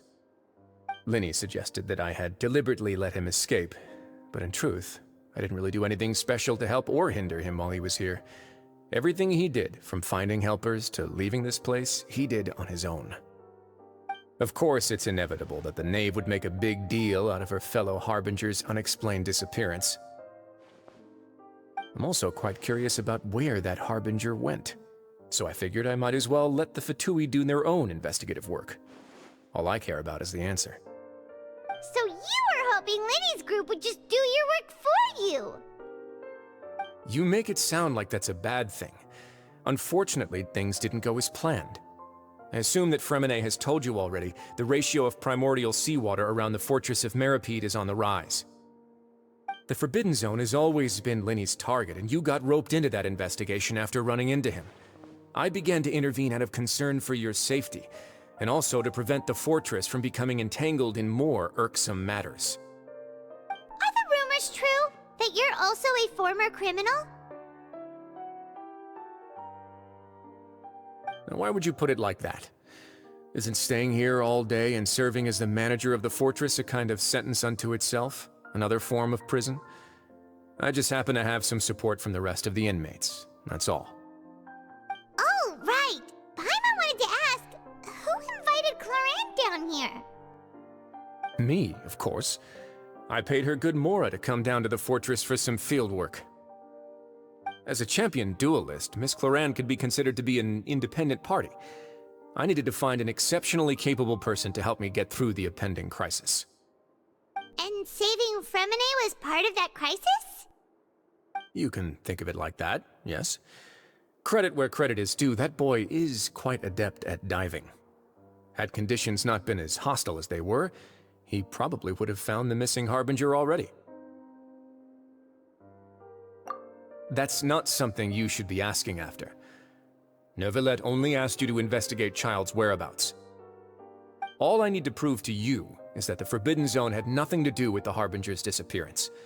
That should be clear now that you've spoken to Fремине. But we've already uncovered that there's something wrong with the infirmary, and we've answered a bunch of questions that you threw at us. Isn't it about time that you answer our last question in return? You make a compelling case. Do you really want to know the answer that badly? Yeah, Paimon really wants to know! Even if the truth may not be pleasant? Follow me.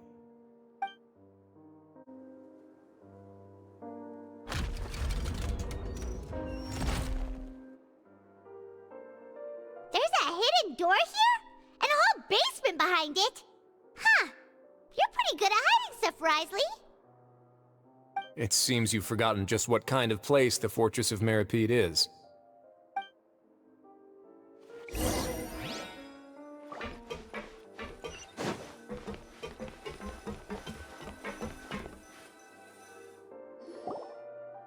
Stand on the central plate. Wait, is there a secret mechanism or... Whoa!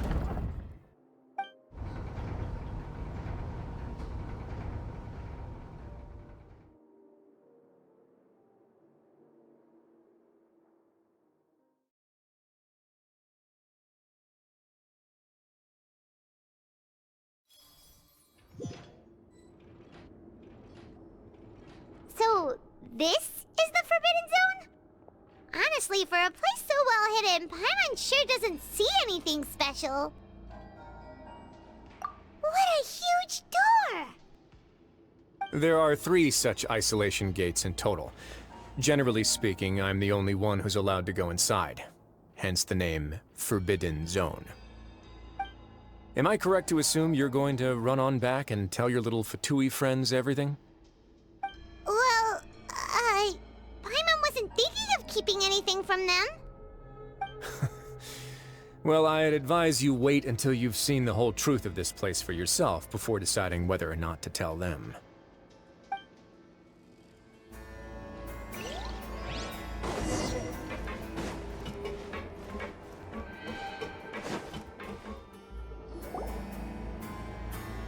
Huh. So there's a switch on the side. Stand back.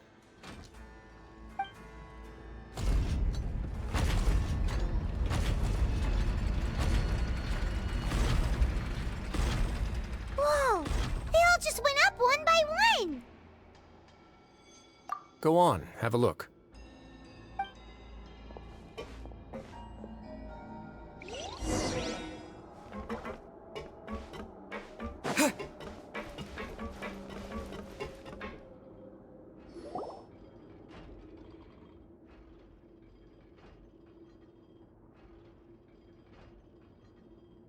I've been interested in what lies beyond that gate ever since I assumed leadership of the Fortress of Meripede. Of course, it would be unwise to recklessly open it, but it'd also be risky and negligent to simply ignore any potential danger that could be behind it. The readings on that dashboard have not budged since the day when I first laid eyes on this place. But over the past year, the needle has crept upwards from its original position, likely because some parameter it's been tracking has changed, if only infinitesimally. Normally I would have ignored it, but I happened to have some free time when I noticed it, so I investigated. Any guesses what the reading could be tracking? Very reasonable guesses. I've considered both of those as well. Unfortunately, our dashboard is tracking something less ordinary. The temperature should vary with weather and climate changes, so for something that rarely shifts, the water pressure is more likely. We ran a few tests to increase the pressure from the outside, but the readings didn't change at all. Later on, a few more possibilities occurred to me, such as a potential connection with the primordial sea. I began to make a few preparations based on that hypothesis. Over the past few days, the needle has moved again. With that, and the symptoms that Fréminé displayed after leaving the fortress, I can now confidently conclude that the readings represent the concentration of primordial seawater in the seawater nearby. The concentration of primordial seawater?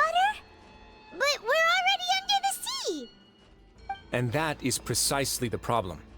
We're at the bottom of the sea, and now we're surrounded by toxic seawater. Somehow, primordial seawater got mixed in, and the concentration is steadily rising. Yes, that's very likely. But forget about the two of us! Not even Nёvillett knows where the primordial sea could be, much less where we could find and plug a leak. Oh. Oh! Seems like you've figured it out. I believe the primordial sea lies directly beneath this sluice gate. For some reason, the primordial seawater levels have risen significantly, and it's now very close to us. The indicators are now red. Although the gate still stands, some primordial seawater has already leaked out and mixed into the sea around us. If this continues, soon it will no longer be able to hold back the primordial sea at all. Yeah, you know what the legends say. If this place falls, then everyone in Fontaine will be turned into puddles in the span of a night. But that's just too weird! Why would the Fortress of Meripede be built right above a sluice gate for the primordial sea? Who built this place anyway?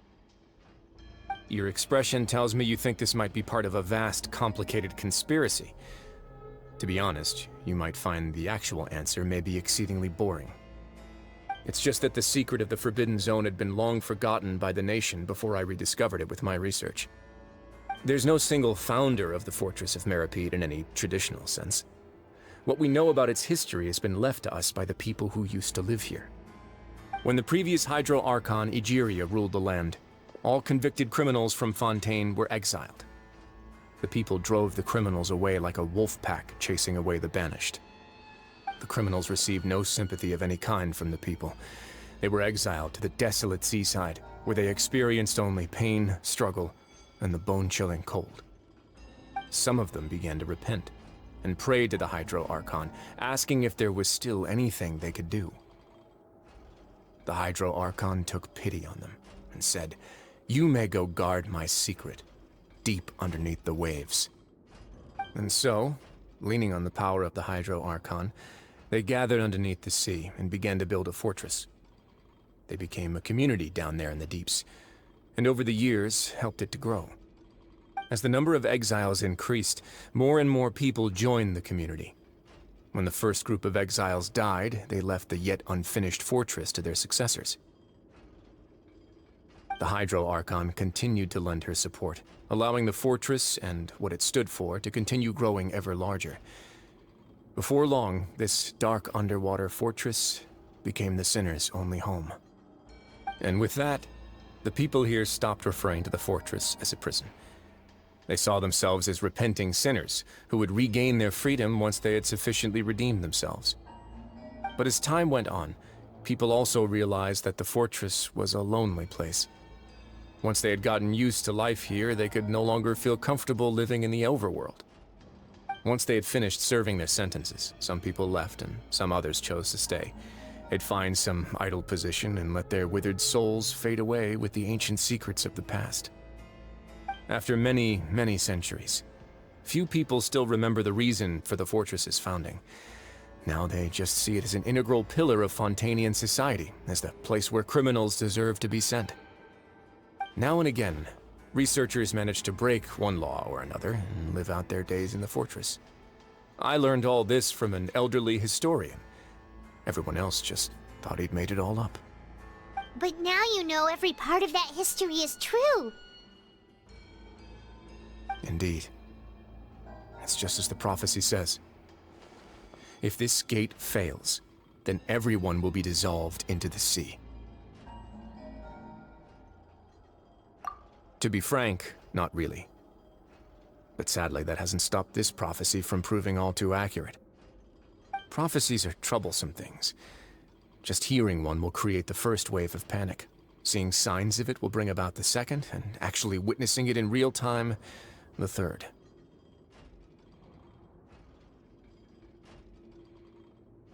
Let's go somewhere else. I want to show you something. This is it. Your Grace, perfect timing. The results from our last round of experiments have... Wait, Jurier, he's not alone! Huh? Lorvine and Jurier? No need to panic, you two. I've already told them about our plan. What? After you warned us not to tell a single soul about any of this? I'm skeptical as well. Are you sure they are trustworthy? The results speak for themselves, don't they? These two may already know more than you could ever imagine. All right then, if Your Grace insists.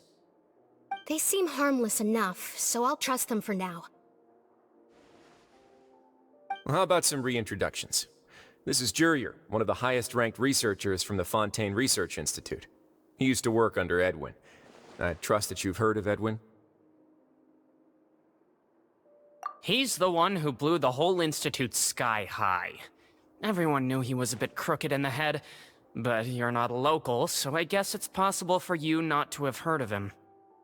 Edwin's main areas of research were archaeum and gravimeters. As his assistant, Jurier is quite familiar with them as well. I hired him to be my technical consultant. You want to blow up the fortress of Meripede? Ah, what a lovely idea. I'm already imagining it in my head. Gotta admit, I'm tempted as well. Guys, focus! Focus!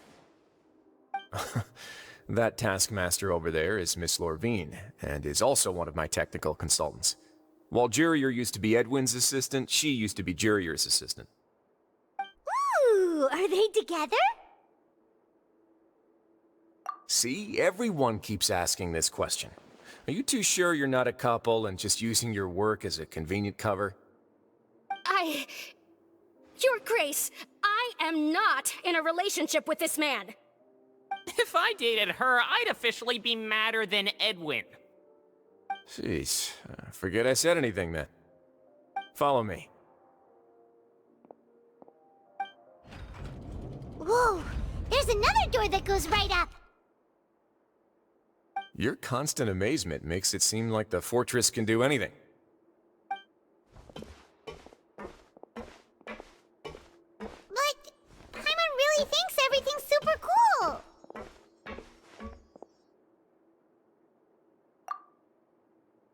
Well, let's spice it up a bit. And here you go.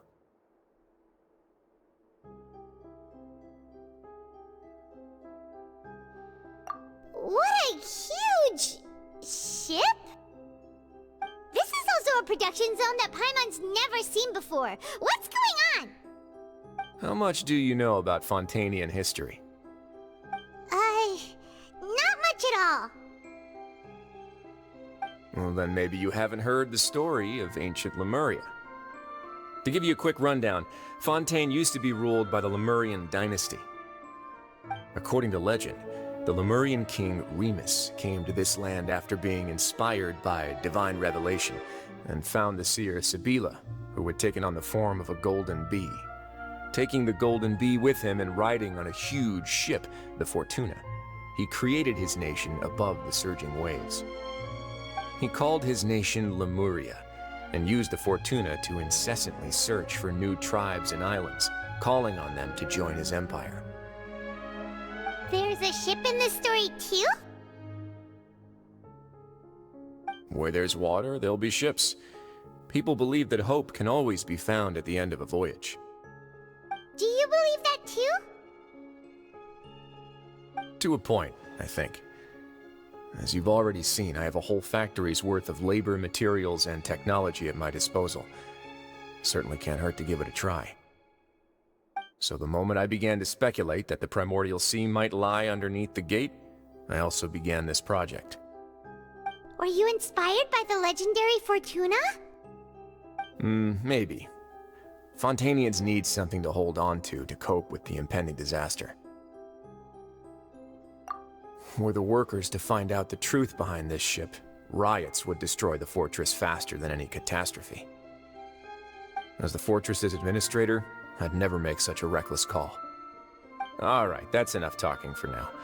I'll need another 3 cups of tea to soothe my throat. Do you have any other questions? Seems like you're good. Come on, I'll take you back.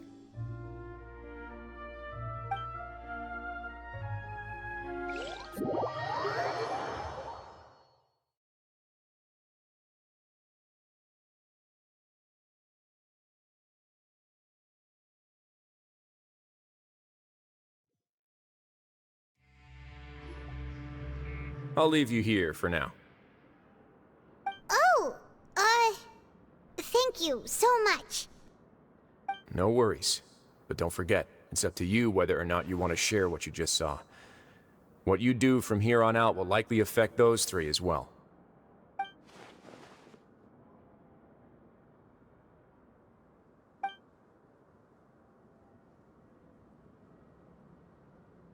Yeah, we'll put a lot of thought into it for sure. Great. I look forward to what happens next. We're back! Welcome back. Do you want a cup of tea? How can you be so much like Rizli, always drinking tea? Huh. Actually, now that you mention it, I just remembered something now. While I was sedated, I could still barely hear 2 people talking next to me. They were discussing everything, from the leaves, to the water, and even the teacups themselves. Must have been Rizli and Sijwin. Yeah, I heard 1 male voice and 1 female, so it should have been the 2 of them. They really were just talking about brewing tea. I really can't make sense of this place. So, Traveler, Paimon, were you able to learn anything from Rizli? Yeah, he explained everything. Very well. Then, would you mind checking your answers against my speculations? Yeah, I took the time to rest, so I'm feeling a lot more relaxed now. Nobody else is around, and Miss Sigewin is also busy with something or other, so let's just talk here. All right, then I'll posit my theories. I asked myself 3 questions. Firstly, why was Fремине affected by the primordial seawater? It was because he dove into the sea. My theory is, the long-lost primordial sea is probably very close to the fortress of Meropide. Ooh, he's good. He got that right on the first try. That's our Lini.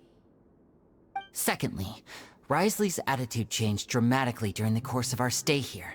He ignored us completely at first, then suddenly roadblocked us. Why?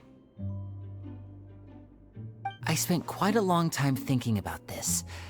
If he has been monitoring the Fatui since the very beginning, he probably ignored us at first because he was hoping we could find Master Child for him. What's more, the Fortress of Meropide is not part of Fontaine's court system, nor does it report to Iudex Nёvillett. Rizli is basically the king of a no-man's land. As long as the fortress doesn't do anything about Master Child's disappearance, Father can use it to pressure the Fontaine authorities. And while the 2 factions are pitted against each other, Rizli will be free to move between the parties of interest. If I had to guess, he probably has something that he's working on himself. It's likely related to the secret of the infirmary, but I just can't think of what it could be. You're super smart. Thanks so much. Then finally, there's the last question. If Rizli does have a plan, what could it be? All I know for now is that his plan probably has something to do with the changing nature of the seawater. He's even gotten Cloran to help him out. That can't be the full extent of what he's doing. There's probably a secret passageway behind the block in the infirmary, and there's something big in the fortress that most people here never get to see. He has a bargaining chip, and it could be important enough for Father to deal with him directly. I don't have enough information, so I have no idea what his chip might be. But let me guess. You have the last piece of the puzzle.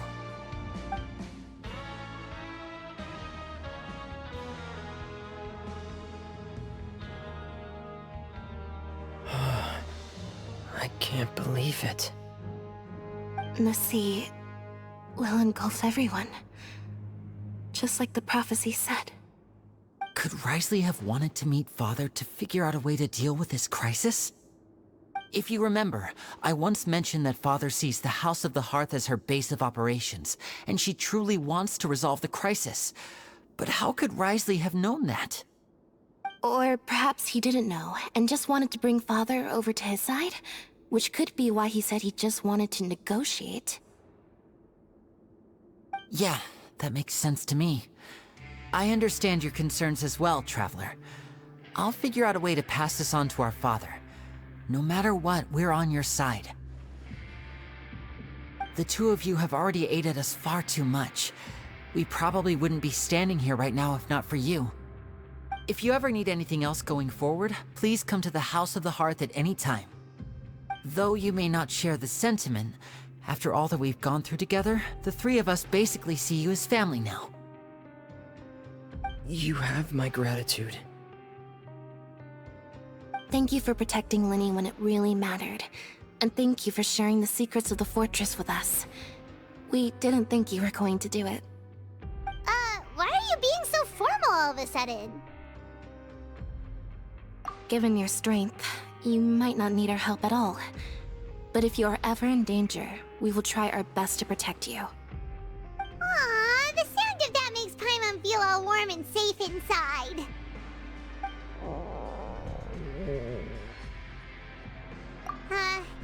Paimon's hungry. Oh, you've done so much already. Go get some food. Alright, then we'll catch you guys another time.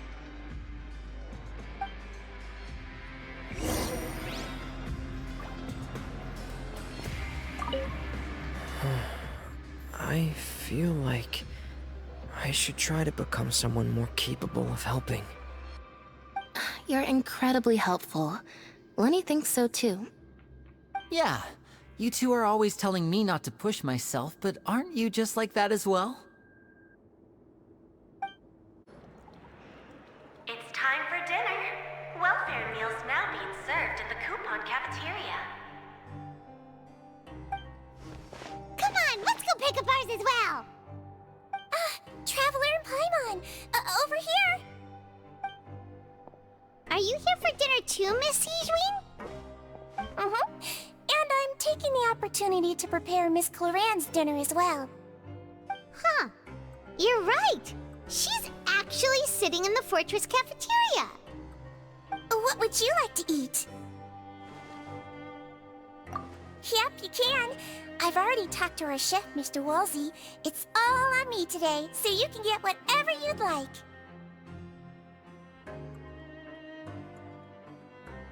Me too! Don't forget Paimon! No problem. Just leave it to me.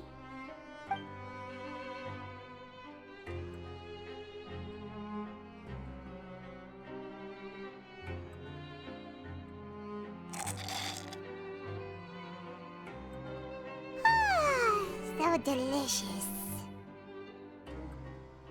Is this how it feels to be freeloaders? Wait a second, we did do plenty of work after all. Feeling full yet? How's the food? Delicious! I'm so glad to see you all so happy. Oh, see, the expression on your face just now? The muscle here just moved, which suggests that you're feeling quite relaxed at the moment. Sijween, do you do this to help your patients or to better understand human beings? A bit of both, I suppose. I'm a Melazine, which means I'm very different from human beings. I must know what you're thinking if I want to take good care of you. You're really good at taking care of people. Even though you're so short, you still talk and act like an older sister. Really? You're reminded of an older sister? That's great to hear. Oh, and what did you mean back in Risley's office? When you said that you were protecting Lini and his siblings as well? Oh, that.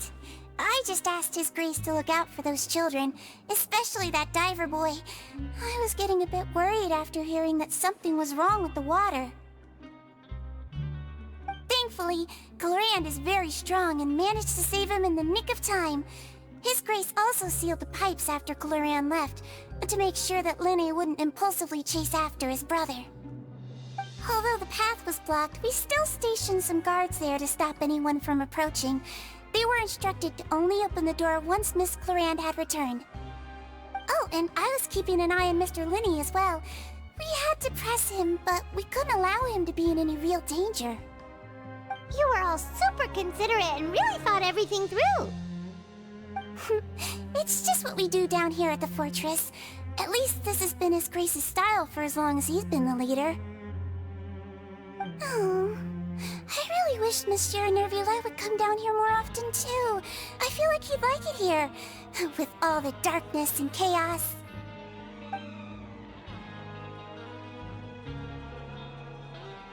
Get a good night's rest, you two. You both worked very hard.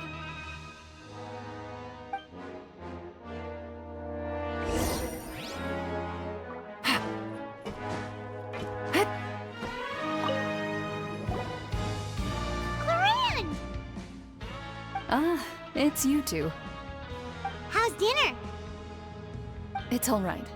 Miss Sijween really put in a lot of effort. So we heard that Risley invited you to come down to help, and you saved Fремине too! You sure work super fast! Oh, it was child's play. Still, Paimon didn't know even champion duelists could take on side jobs. Oh, and why aren't you eating with Sijween and the Duke? Won't you get bored eating by yourself? Miss Sijween was with you, and the Duke has business of his own. Actually, didn't Navia say that you went out for dinner with her as well? Yeah. First time in a long time. First time in a long time? So you mean you've gone out to dinner with her in the past? In the past, yes. You seem to be enjoying yourselves here. Things will be getting messy at the fortress soon. Don't run around unnecessarily. So much has happened. Paimon just feels absolutely exhausted now that she's finally relaxed.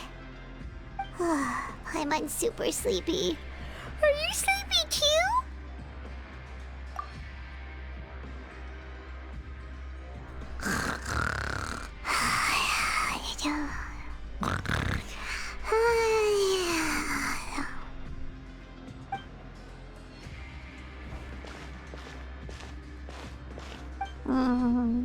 Delicious. Paimon wants seconds for free.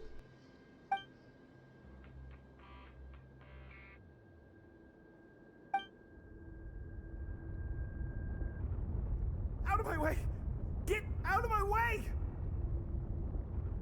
What happened? Why is everyone running?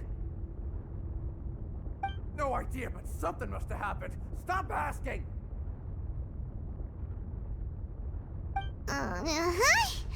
Who's yelling? Paimon still wants to sleep.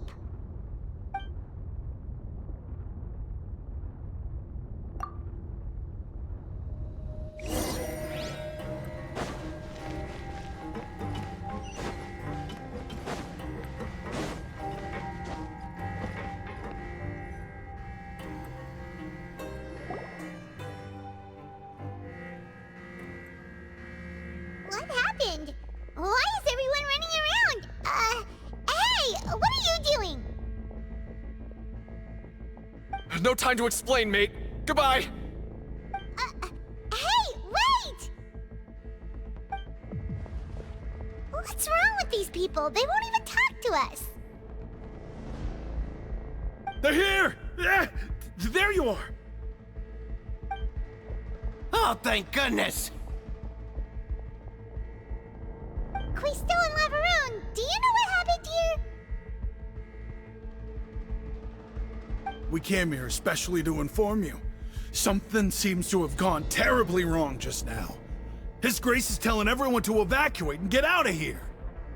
Lavaroon was saying you two are new here and you don't have many friends, so you might slip through the cracks. Haven't you heard all the stories like that?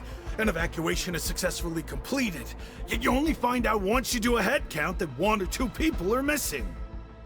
Wait, weren't you the one who brought that up? Why is it suddenly my idea?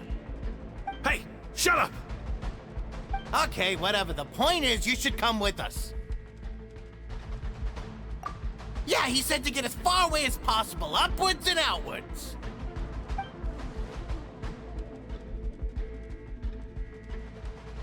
Oh no, it can't be that thing! Whoa, wait, what? What? Hey, where are you going? We have to go find the Duke! You two just go and get out! Go on without us! Hey, hey! Be careful! Attention! Please evacuate upwards and outwards, upwards and outwards. If you're already at the topmost layer, then try to move as far outwards as possible.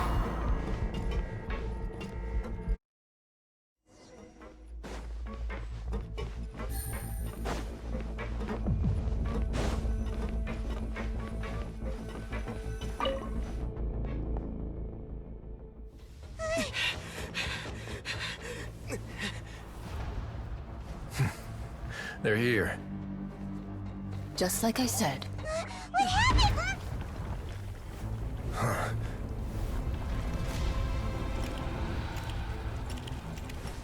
You're just in time. But be ready to run.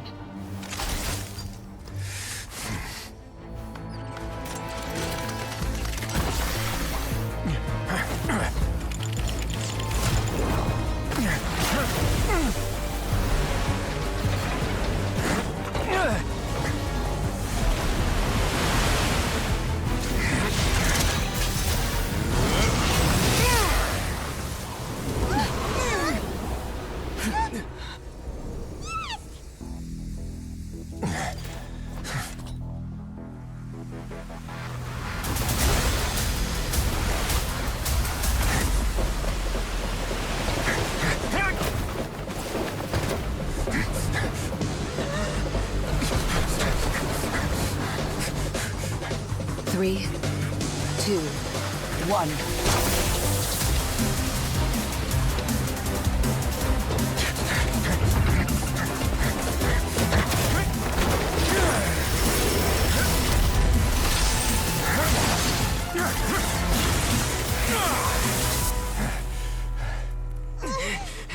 This won't hold it for long.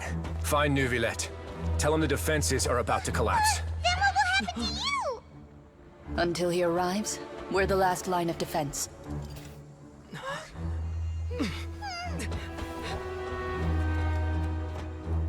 The gate. How long do you think it'll hold? That depends on us.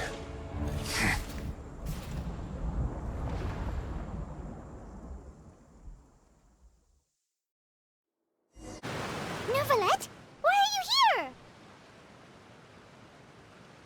Traveler, I need you to head to the Opera House immediately. Furina will soon be meeting with the knave there. You must protect Furina, and make sure she doesn't spend too much time alone with her. Will do. You have my sincerest gratitude. Look! There are a ton of Fatilian Palais Mermonia people over there! The knave is probably here already. We need to hurry! Are you two the traveler in Paimon? Monsieur Nёvillett has left instructions. Please follow me. Though I'm sure he's already explained, this should be a mostly cordial conversation, unlikely to give rise to violence. But it would be most appreciated if you could protect Lady Furina to the best of your abilities.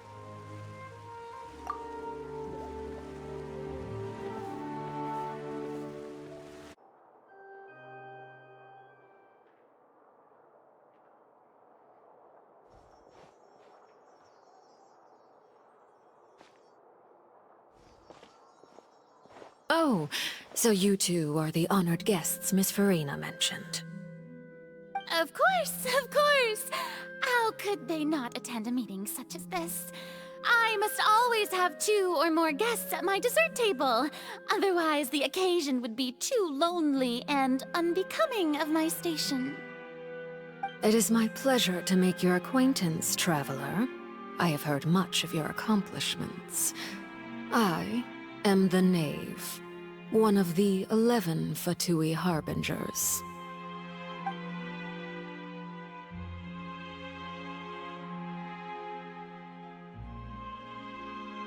I've already prepared seats for you. Come, sit beside me.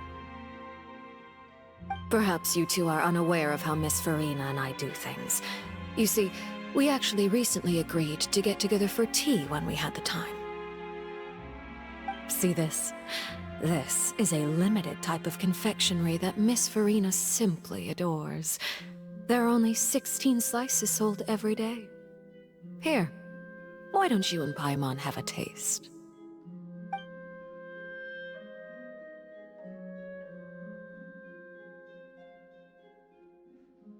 Traveler, what do you think of this cake? That's good to hear. So what Child said was on the mark after all. You do share a taste in desserts with Furina and I.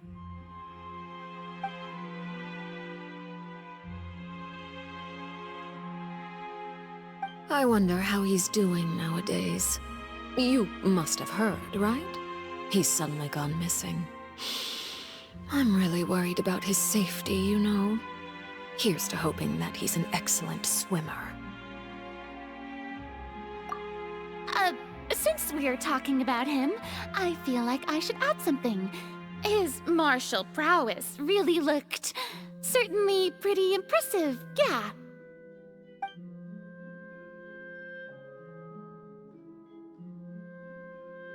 Oh, so you're also familiar with his aptitude for fighting, Miss Furina. Oh, right. I almost forgot. Child was subdued by Iudex Nёvillett right in front of you. Against ordinary people, my colleague would never be on the back foot. But alas, he just never imagined he'd run into such a person. I must express my admiration for Monsieur Nёvillett. Coming from you, that's not surprising at all. But I thought you would be happier to hear the news. Of course, but it's still a bit of a shame. You see, I would have been far happier had I received this news somewhat earlier. As you well know, a long time has passed since Child disappeared.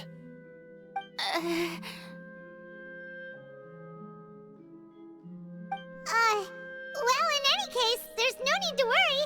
We know for sure that Child is still alive. Oh, and just how do you know that?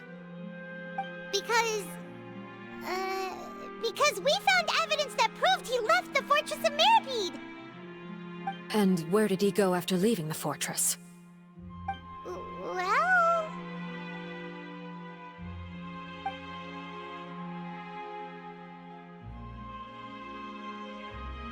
The Fortress of Mirapede lies deep beneath the waves. Unless he pranced right out of the main gate, he must have had to swim for it. Do you have any proof that he surfaced safely?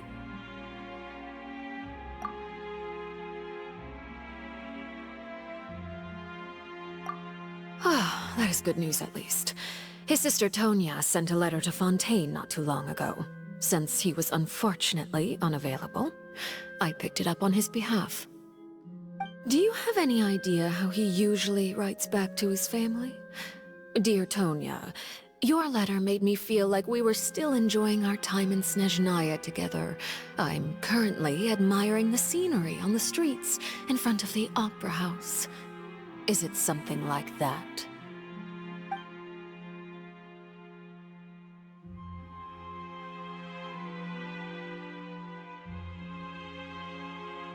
All letters tend to follow the same few formats anyway, right?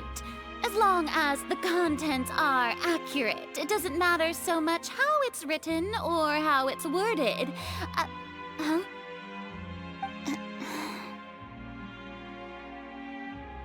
Hold on. The water in the teacup is shaking. I suppose this is also a sign of things to come, Miss Furina. Huh? I don't quite understand what you're trying to say. Have we entered into the next stage of the prophecy?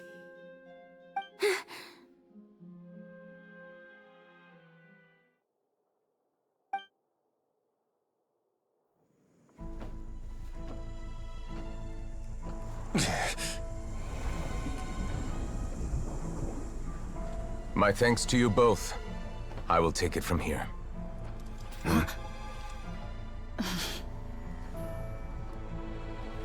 Sure you don't need a hand? Quite sure. Wow. So, what's your secret, huh? Let me guess. Nah, who knows? Maybe it's just your sense of responsibility. Sounds about right.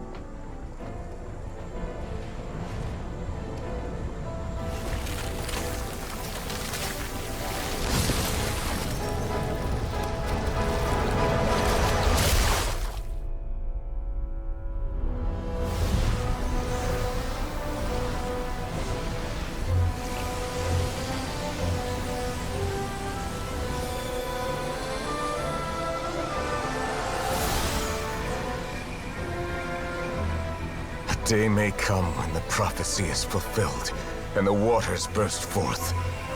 But it is not this day! This ancient power could easily obliterate an entire race. A tsunami of fury would unleash endless catastrophe.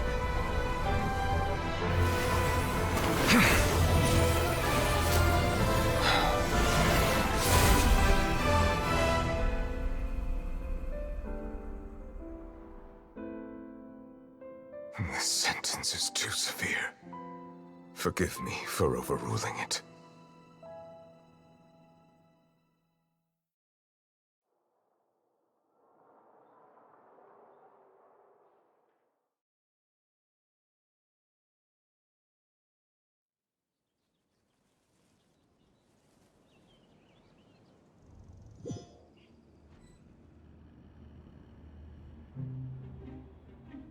All right. Seems like the problem inside has been suppressed. Let me guess, we're safe for now. Indeed. But only for now. I win this bet. You owe me a present. Very well. It was indeed just as you said. You made a bet? We made a bet on the size of your entourage. Cloran thought you wouldn't come down by yourself. I figured you would have at least brought a few people along for appearance's sake. It appears I underestimated just how confidential the mission was. Shouldn't you have gotten used to confidential missions by now? That's just how the courts operate. So what gift must the loser give? Tea? He already has tons of tea in his office. I'm thinking about a set of legal codices. That wouldn't happen to be a dig at my lack of legal awareness, would it? Well, I'm sure His Grace doesn't consider the fortress to be outside the law. I was under the impression the residents of a place like this would be uninterested in the legal codices.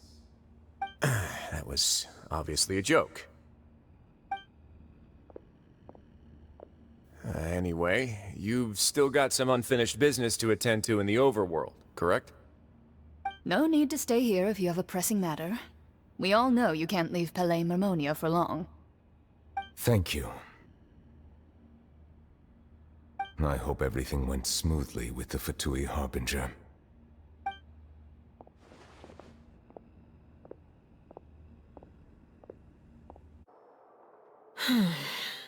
I must say, we've spent long enough playing house. Miss Furina, as the Hydro Archon, I am sure you understand the exact meaning of the phenomenon we just witnessed. Or should I say, that's what I originally thought. But looking at your expression, was I wrong? And you haven't a clue? What are you trying to say? At this point, I don't think there's any more need to speak as diplomatic representatives. Allow me to speak to you now as just a Fontanian. You know the prophecy by heart, and also that every part of it is being proven true. Yet, here you are relaxing, drinking tea, and eating desserts as if it's all nothing more than a few stray bugs in your garden. Do you really think that's acceptable? The prophecy's hanging above our necks like a guillotine. Every faction is looking for a way to either avert the disaster or save their own. Even the orphans of the House of the Hearth have devoted everything to saving their homeland.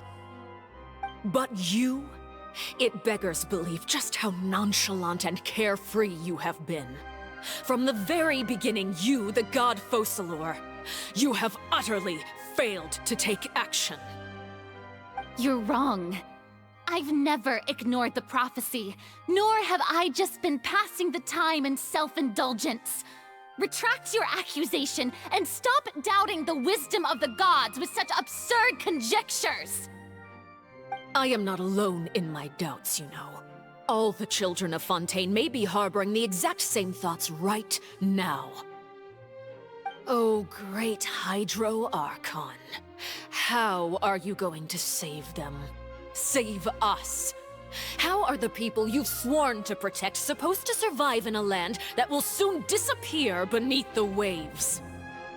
I have my ways, and I've been working on them for all this time. Even if you look down upon me, you have no right to judge me! Fontaine will be saved. Even if I still cannot see the true future right now, as long as I continue on as I am, I will be able to hold my head up high!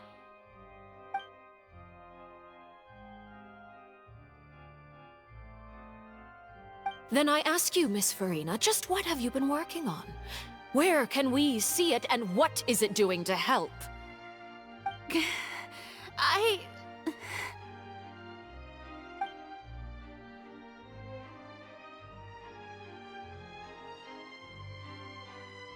My machinations are just like the prophecy itself.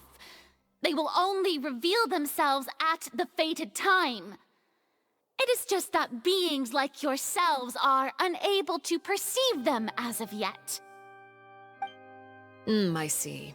As a god, the proof of your labor always lies beyond prying mortal eyes. Allow me to be so bold as to ask another way. Would it be possible for you to tell us the parts of your plan that are not confidential? Such as your emergency response plan for the impending disaster?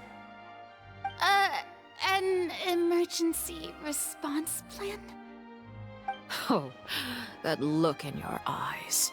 Have you not even prepared one of those? The emergency response plan is also strictly confidential. Then allow me to jog your memory. Miss Furina, what is the purpose of your Oratrice Mécanique d'Analyse Cardinal? And what do you plan to do with the massive amounts of indemnitium that has accumulated over the years? The Oratrice? It's just like it appears to be. So you also have no idea. If I'm not mistaken, someone's using it to prepare for something. But unfortunately, it would seem that someone is not you, Miss Furina. I first caught wind of this when Lini tried to investigate the Oratrice in the Opera House. You see, even just getting close to the core contaminated him with an extremely large amount of indemnitium. But even if that had nothing to do with you, then what could you possibly be working on, oh great Hydro Archon? Oh, right. I almost forgot. Udex Nёvillette is not at the tea party with us today. Miss Furina, I suppose you must have ordered him away to take care of some troublesome business. Yes, that's exactly right. Please keep it a secret for me. Of course I will. Although, I must say, Miss Furina, you seem quite insecure without the Udex by your side. Oh, very well. Let's stop that conversation here. There are still a few slices of cake left, so please, help yourselves, everyone.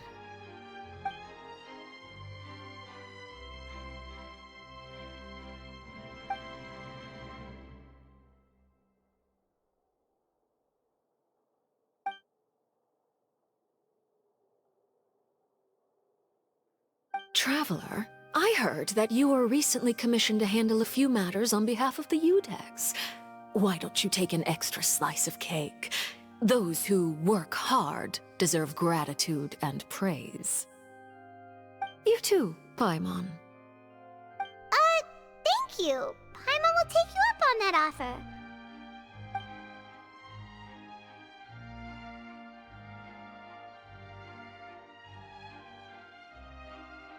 Oh, Paimon's super full. That cake was great. If it's on my tea table, it must be of the highest quality. Yes, and we must thank the knave for bringing these over as well. You're welcome. I'm sure the cake also felt greatly honored to be featured at Miss Furina's table. And I was merely catering to Miss Furina's tastes, seeking a chance to chat over tea. It is getting late. Why don't we call it a day? There are still a few matters that I need to take care of, so I must take my leave now. Very well. We'll end it here. Mind seeing me off, Traveler? We could use the opportunity to discuss Child before I must be on my way. Paimon's coming too!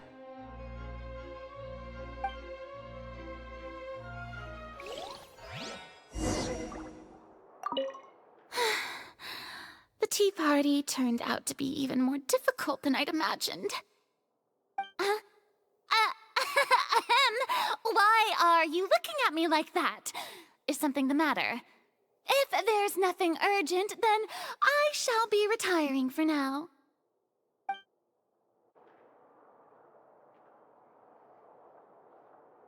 I'm glad that you were willing to come with me. Of course, Child was just an excuse. I have no interest in your dealings with him. That's what Paimon thought. You lent your aid to the children of the House of the Hearth. As their father, I would like to express my gratitude.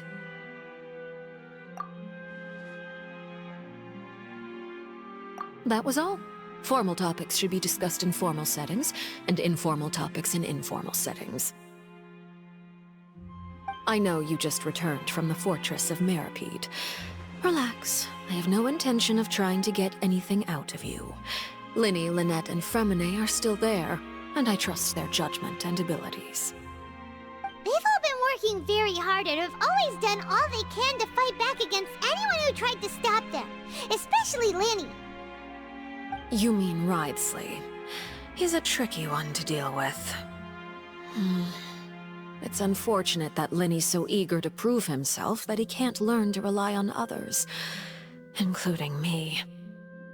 By the way, and you can just consider this a bit of idle gossip, but what's your impression of Furina?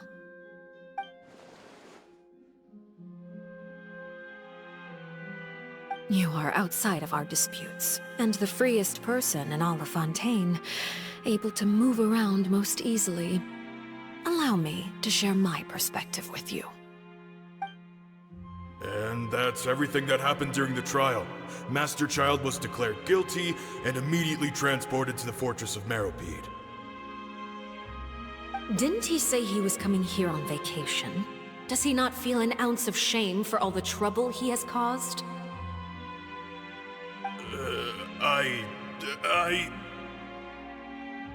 Forget it. He did give us an opportunity. I will be meeting someone shortly. Do you require help with any preparations? No need. I will take care of it myself. I need to meet with Furina, the Hydro Archon. She is at the heart of Fontaine. But what's fascinating about her is that she often seems more like a celebrity than a working Archon. Oh? Come over here, you little critter, you!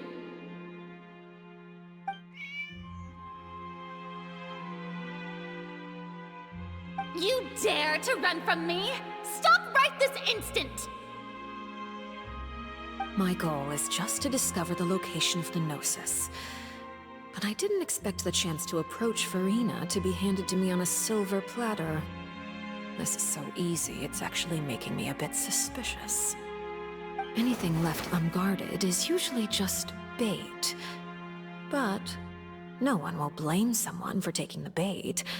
After all, from the moment it was attached to the hook, the bait is meant to be sacrificed.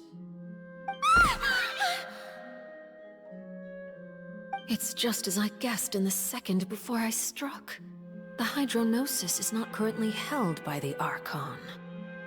In fact, this Archon doesn't seem like a god at all. And I sense that she's under some kind of curse. Who are you? And what are you trying to do? Please don't kill me! I'm begging you, please! The fear in her pupils is genuine, so perhaps she's not bait after all. Either way, targeting her has lost all meaning.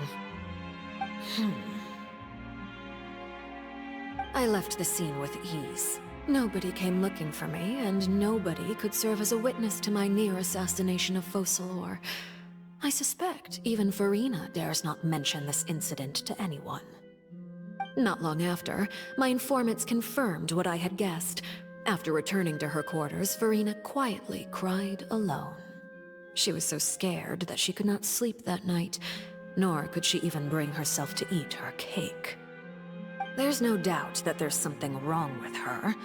I began to entertain the possibility that she is not the true Hydro Archon. Perhaps Iudex Nœuvillette is actually the genuine article. I have to find the Gnosis. If the Nœuvillette hypothesis is correct, he is probably in possession of it. Alternatively, It might have been hidden in a place that's hard for ordinary people to access. Yes, Father. My dear children, please speak. News from the fortress of Meripede. Master Child has gone missing. On top of that, the contacts and guards we bribed at the fortress have all gone quiet as well. Probably the handiwork of that Rizli. I'm afraid so. This is a good opportunity. The value of a harbinger is much higher than most would imagine. We now have an excuse to exert diplomatic pressure on the Fontaine authorities. Set up a meeting for me. I would like to meet the Hydro Archon and Iudex Nœvillette. Oh, and I have an additional mission for you three. Yes, Father. Tartaglia's disappearance was not a part of my plan, but I can use it to make a breakthrough. With this as my excuse, I can ask for an official audience and continue my investigation of Furina and Iudex Nœvillette. The initiative belongs to the House of the Hearth. My wish to investigate the fortress of Meripede will be a front. Lini and his group will be responsible for the actual intelligence gathering.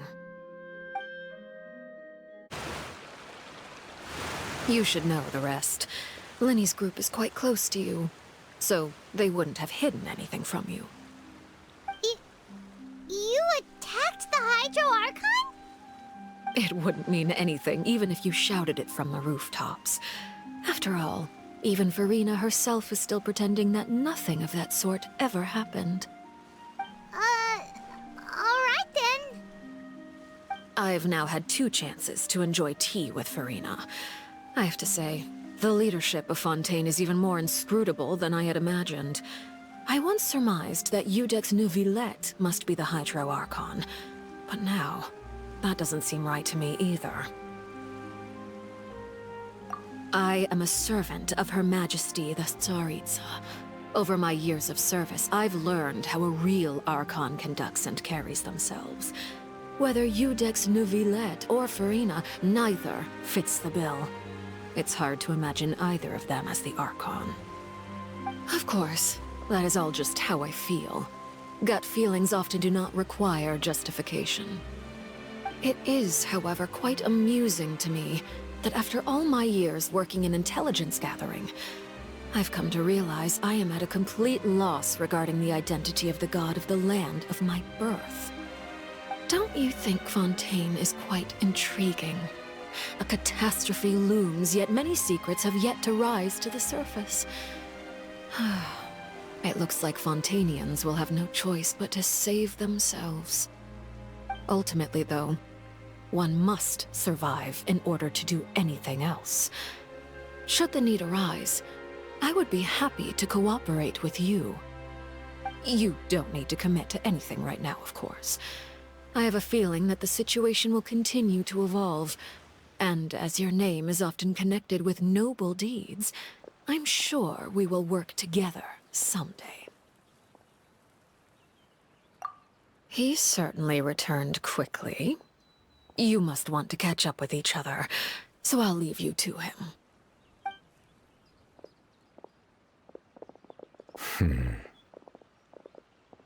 Nœvillette, is it over? For now, yes. But this issue will prove quite thorny in the long term. I'm concerned that sooner or later the prophesized events will occur. Thank you for protecting Furina. To put it simply, I used my power to force back the Primordial Sea and reseal the sluice gate.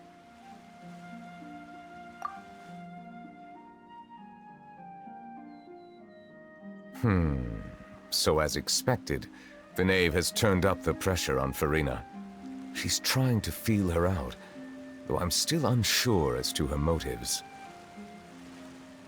Permission granted.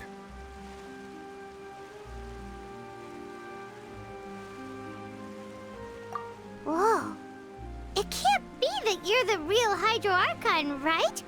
But that's just a speculation on our part, though. you can't tell us? Then that's okay. We can talk about something else. We won't try to force you. You guys in Fontaine are super strange. If by the phrase, you guys, you are referring to Furina and I, then although I'm not sure just what you are trying to imply, I must clarify that I do not share her positions on a multitude of topics. I believe so. The fortress has a long and complex history. It has seen much grief and suffering. And now, another catastrophe will soon be upon us. I mourn this turn of events. Huh? Why is it raining all of a sudden?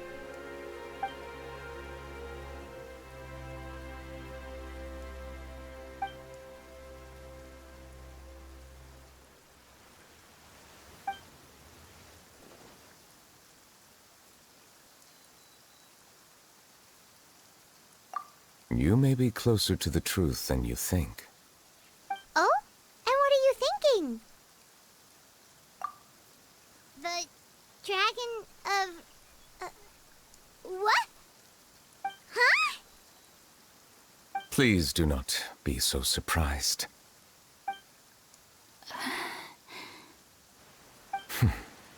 Furina?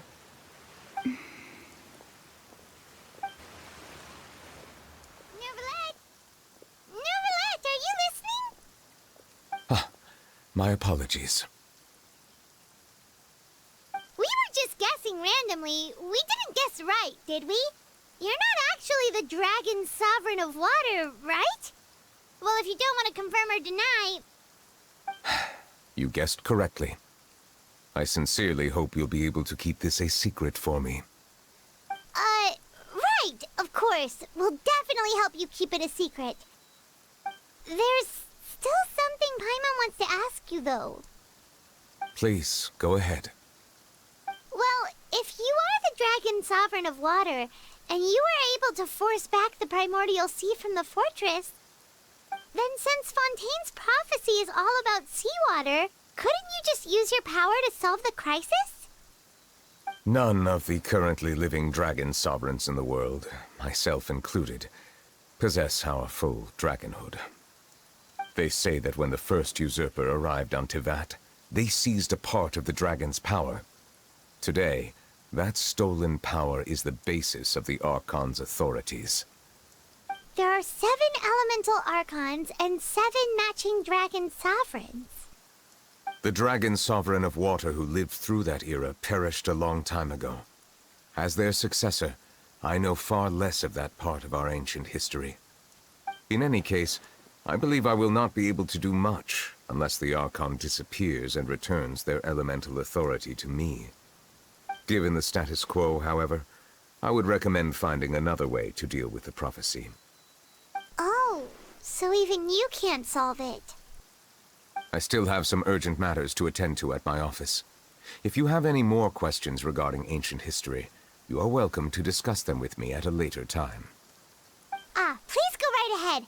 There's a place that Paimon wants to go too. Traveler, why don't we pay another visit to the Fortress of Meripede? Paimon is a little worried.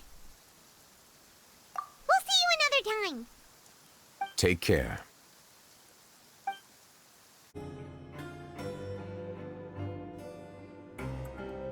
Now guess, what suit will this next card be? A bare-teeth cat? Well, well, look who it is. Traveler, Paimon. Hello, everyone. Looks like you're recovering nicely, Fремине. Mm-hmm. Thanks to everyone's support. Oh, right. I managed to work up the courage to thank Miss Clorand in person. Whoa, how did she react? She told me that it was nothing. It was as if saving a life wasn't a big deal to her at all. She also told me not to worry about it. She didn't want to stress you out, that's all. She's right, and it's best not to dwell on it. Yeah. Okay, but check this out. We went back to the opera house and we met the knave. You met Father? Did she say anything to you? She said a few things that were, a bit hard to understand. And also that she's looking forward to working with us in the future. Her attitude towards you is even better than what we'd imagined. That's fantastic. You should believe her. She has her own way of doing things, and she'll do everything in her power to help those she considers close, which now might also include you. Mm-hmm. Father is very capable, and also trustworthy. Oh, Paimon just remembered that she thought Lini was a bit too proud as well. She said that you should learn how to rely on others sometimes. Got it. Huh. That does sound like something that Father would say. Hey! Are you going to stay here for the next few days? Looks like it, yeah. Excellent. I will host a tea party. For real? Then Paimon wants another serving of cake. Another implies that you were already served some delicious cake while you were up there. How lovely. Well, next time, you're going to have tea and snacks with us.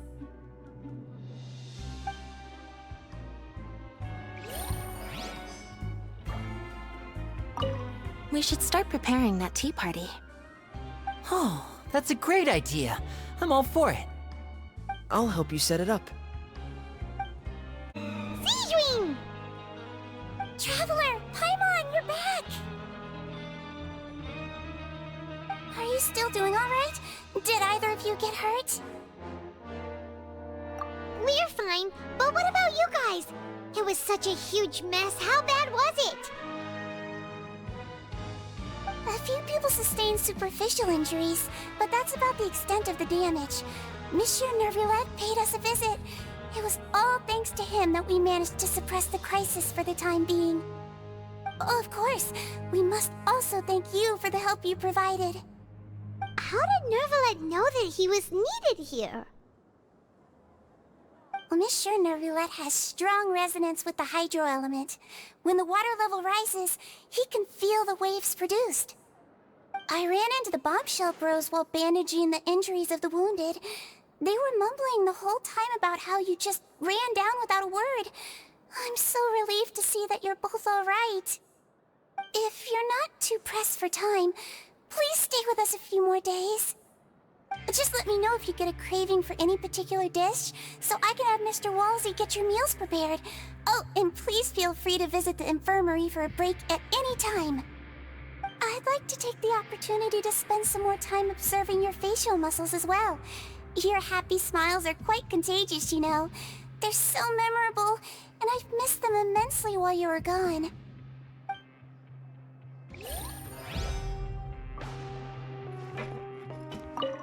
If you can find the time, please stay at the fortress for just a while longer. You guys are back? Quisto! Macaroon! You guys didn't get caught and thrown back down here, right? Huh? No, not at all. And here I thought you'd managed to escape from jail during all the commotion. I'd held you up as legendary jailbreakers, but now you're telling me you just never left? We're sorry, but we just had some business to take care of. All right. There's no need to get caught up in the details. We're just relieved to see you. He was super worried about you, you know. Hey, it wasn't just me. Weren't you super worried as well? Something like that, yeah. I was also transferred to work in the kitchen a few days ago. I can still hear Quisto mumbling to the carrots. Are those two all right? Do you think they made it out alive? Whenever he'd say that, I'd tell him I'm sure they're fine. Wherever they are, they're kicking back with drinks in hand, enjoying the lovely scenery. Hey, there's nothing wrong with worrying about your prison pals. Is there? I mean, considering how they always love listening to all my gossip. These two. They sure are a lot warmer and friendlier than when Paimon first met them. Oh, well, if you say so. I'll be watching you to make sure you finish every last bite. Hey, why don't we have a meal with those two one of these days?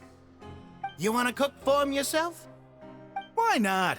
Good chance to show him what I can do. Courier, Miss Sijween told me you still haven't eaten. Yeah, I was working on something, so I forgot. That's no excuse for...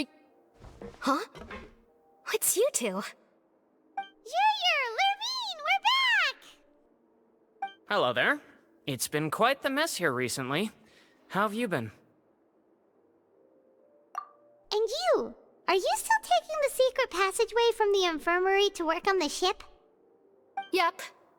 That is still top secret, though. So don't say a word to anyone. It can be a bit annoying when there are lots of people in the infirmary, but I still prefer taking that route over the one from the Duke's office. I mean, the infirmary does make it easier for you to slack off. Oh yeah?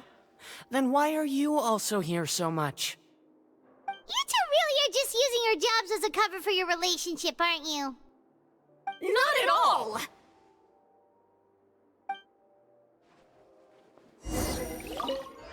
Courier, the rumors about us are literally everywhere now.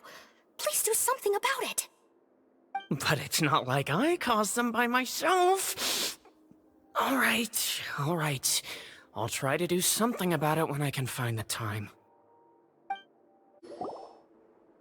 Do my eyes deceive me, or did I just see two inmates come back after making it to the surface?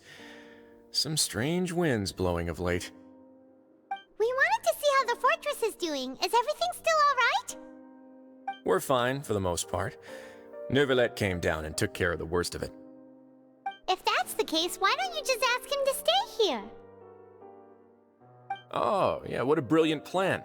Let's go convince the Udex himself to exchange the Courts of Fontaine for a puddle of water in the middle of nowhere. He came here in a hurry and left without even stopping for a cup of tea. He did remember to take Miss Sijween's gift with him, though. He sure sounds super busy. Miss Clorand has left as well. She also took her gift from Miss Sijween. Were the gifts milkshakes? Nёvillett got the milkshake. Clorand received lipstick instead. Those aren't even remotely alike. Well, it's Nёvillett's own fault for making Sijween worried about his health by working so much. But besides that, our head nurse is still pretty fond of picking out beauty products for the ladies. Oh, and I have some gifts here for you as well. Are these from Sijween too? Nope, they're from yours truly. You've already wrapped up your work at the fortress, so you can return to the surface at any time. You haven't yet served your full prison term, however, so you may continue to use your cell until your term is up. For real? Then we could stay here for a really long time? You may access the cafeteria for free. Hooray! Just remember to come complete your paperwork once it's time for your release.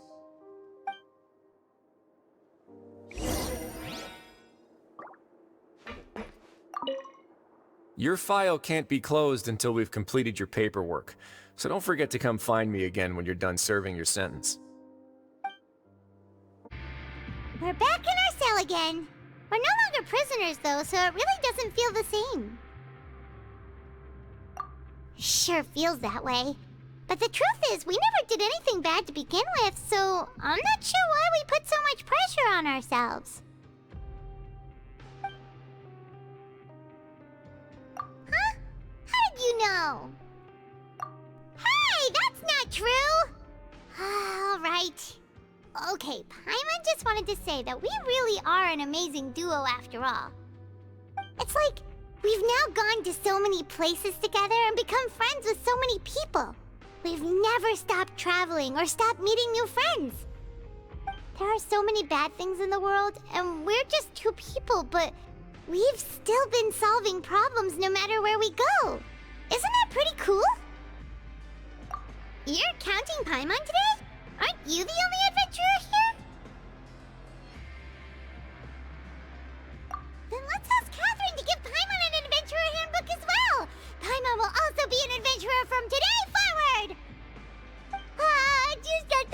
making Paimon giddy.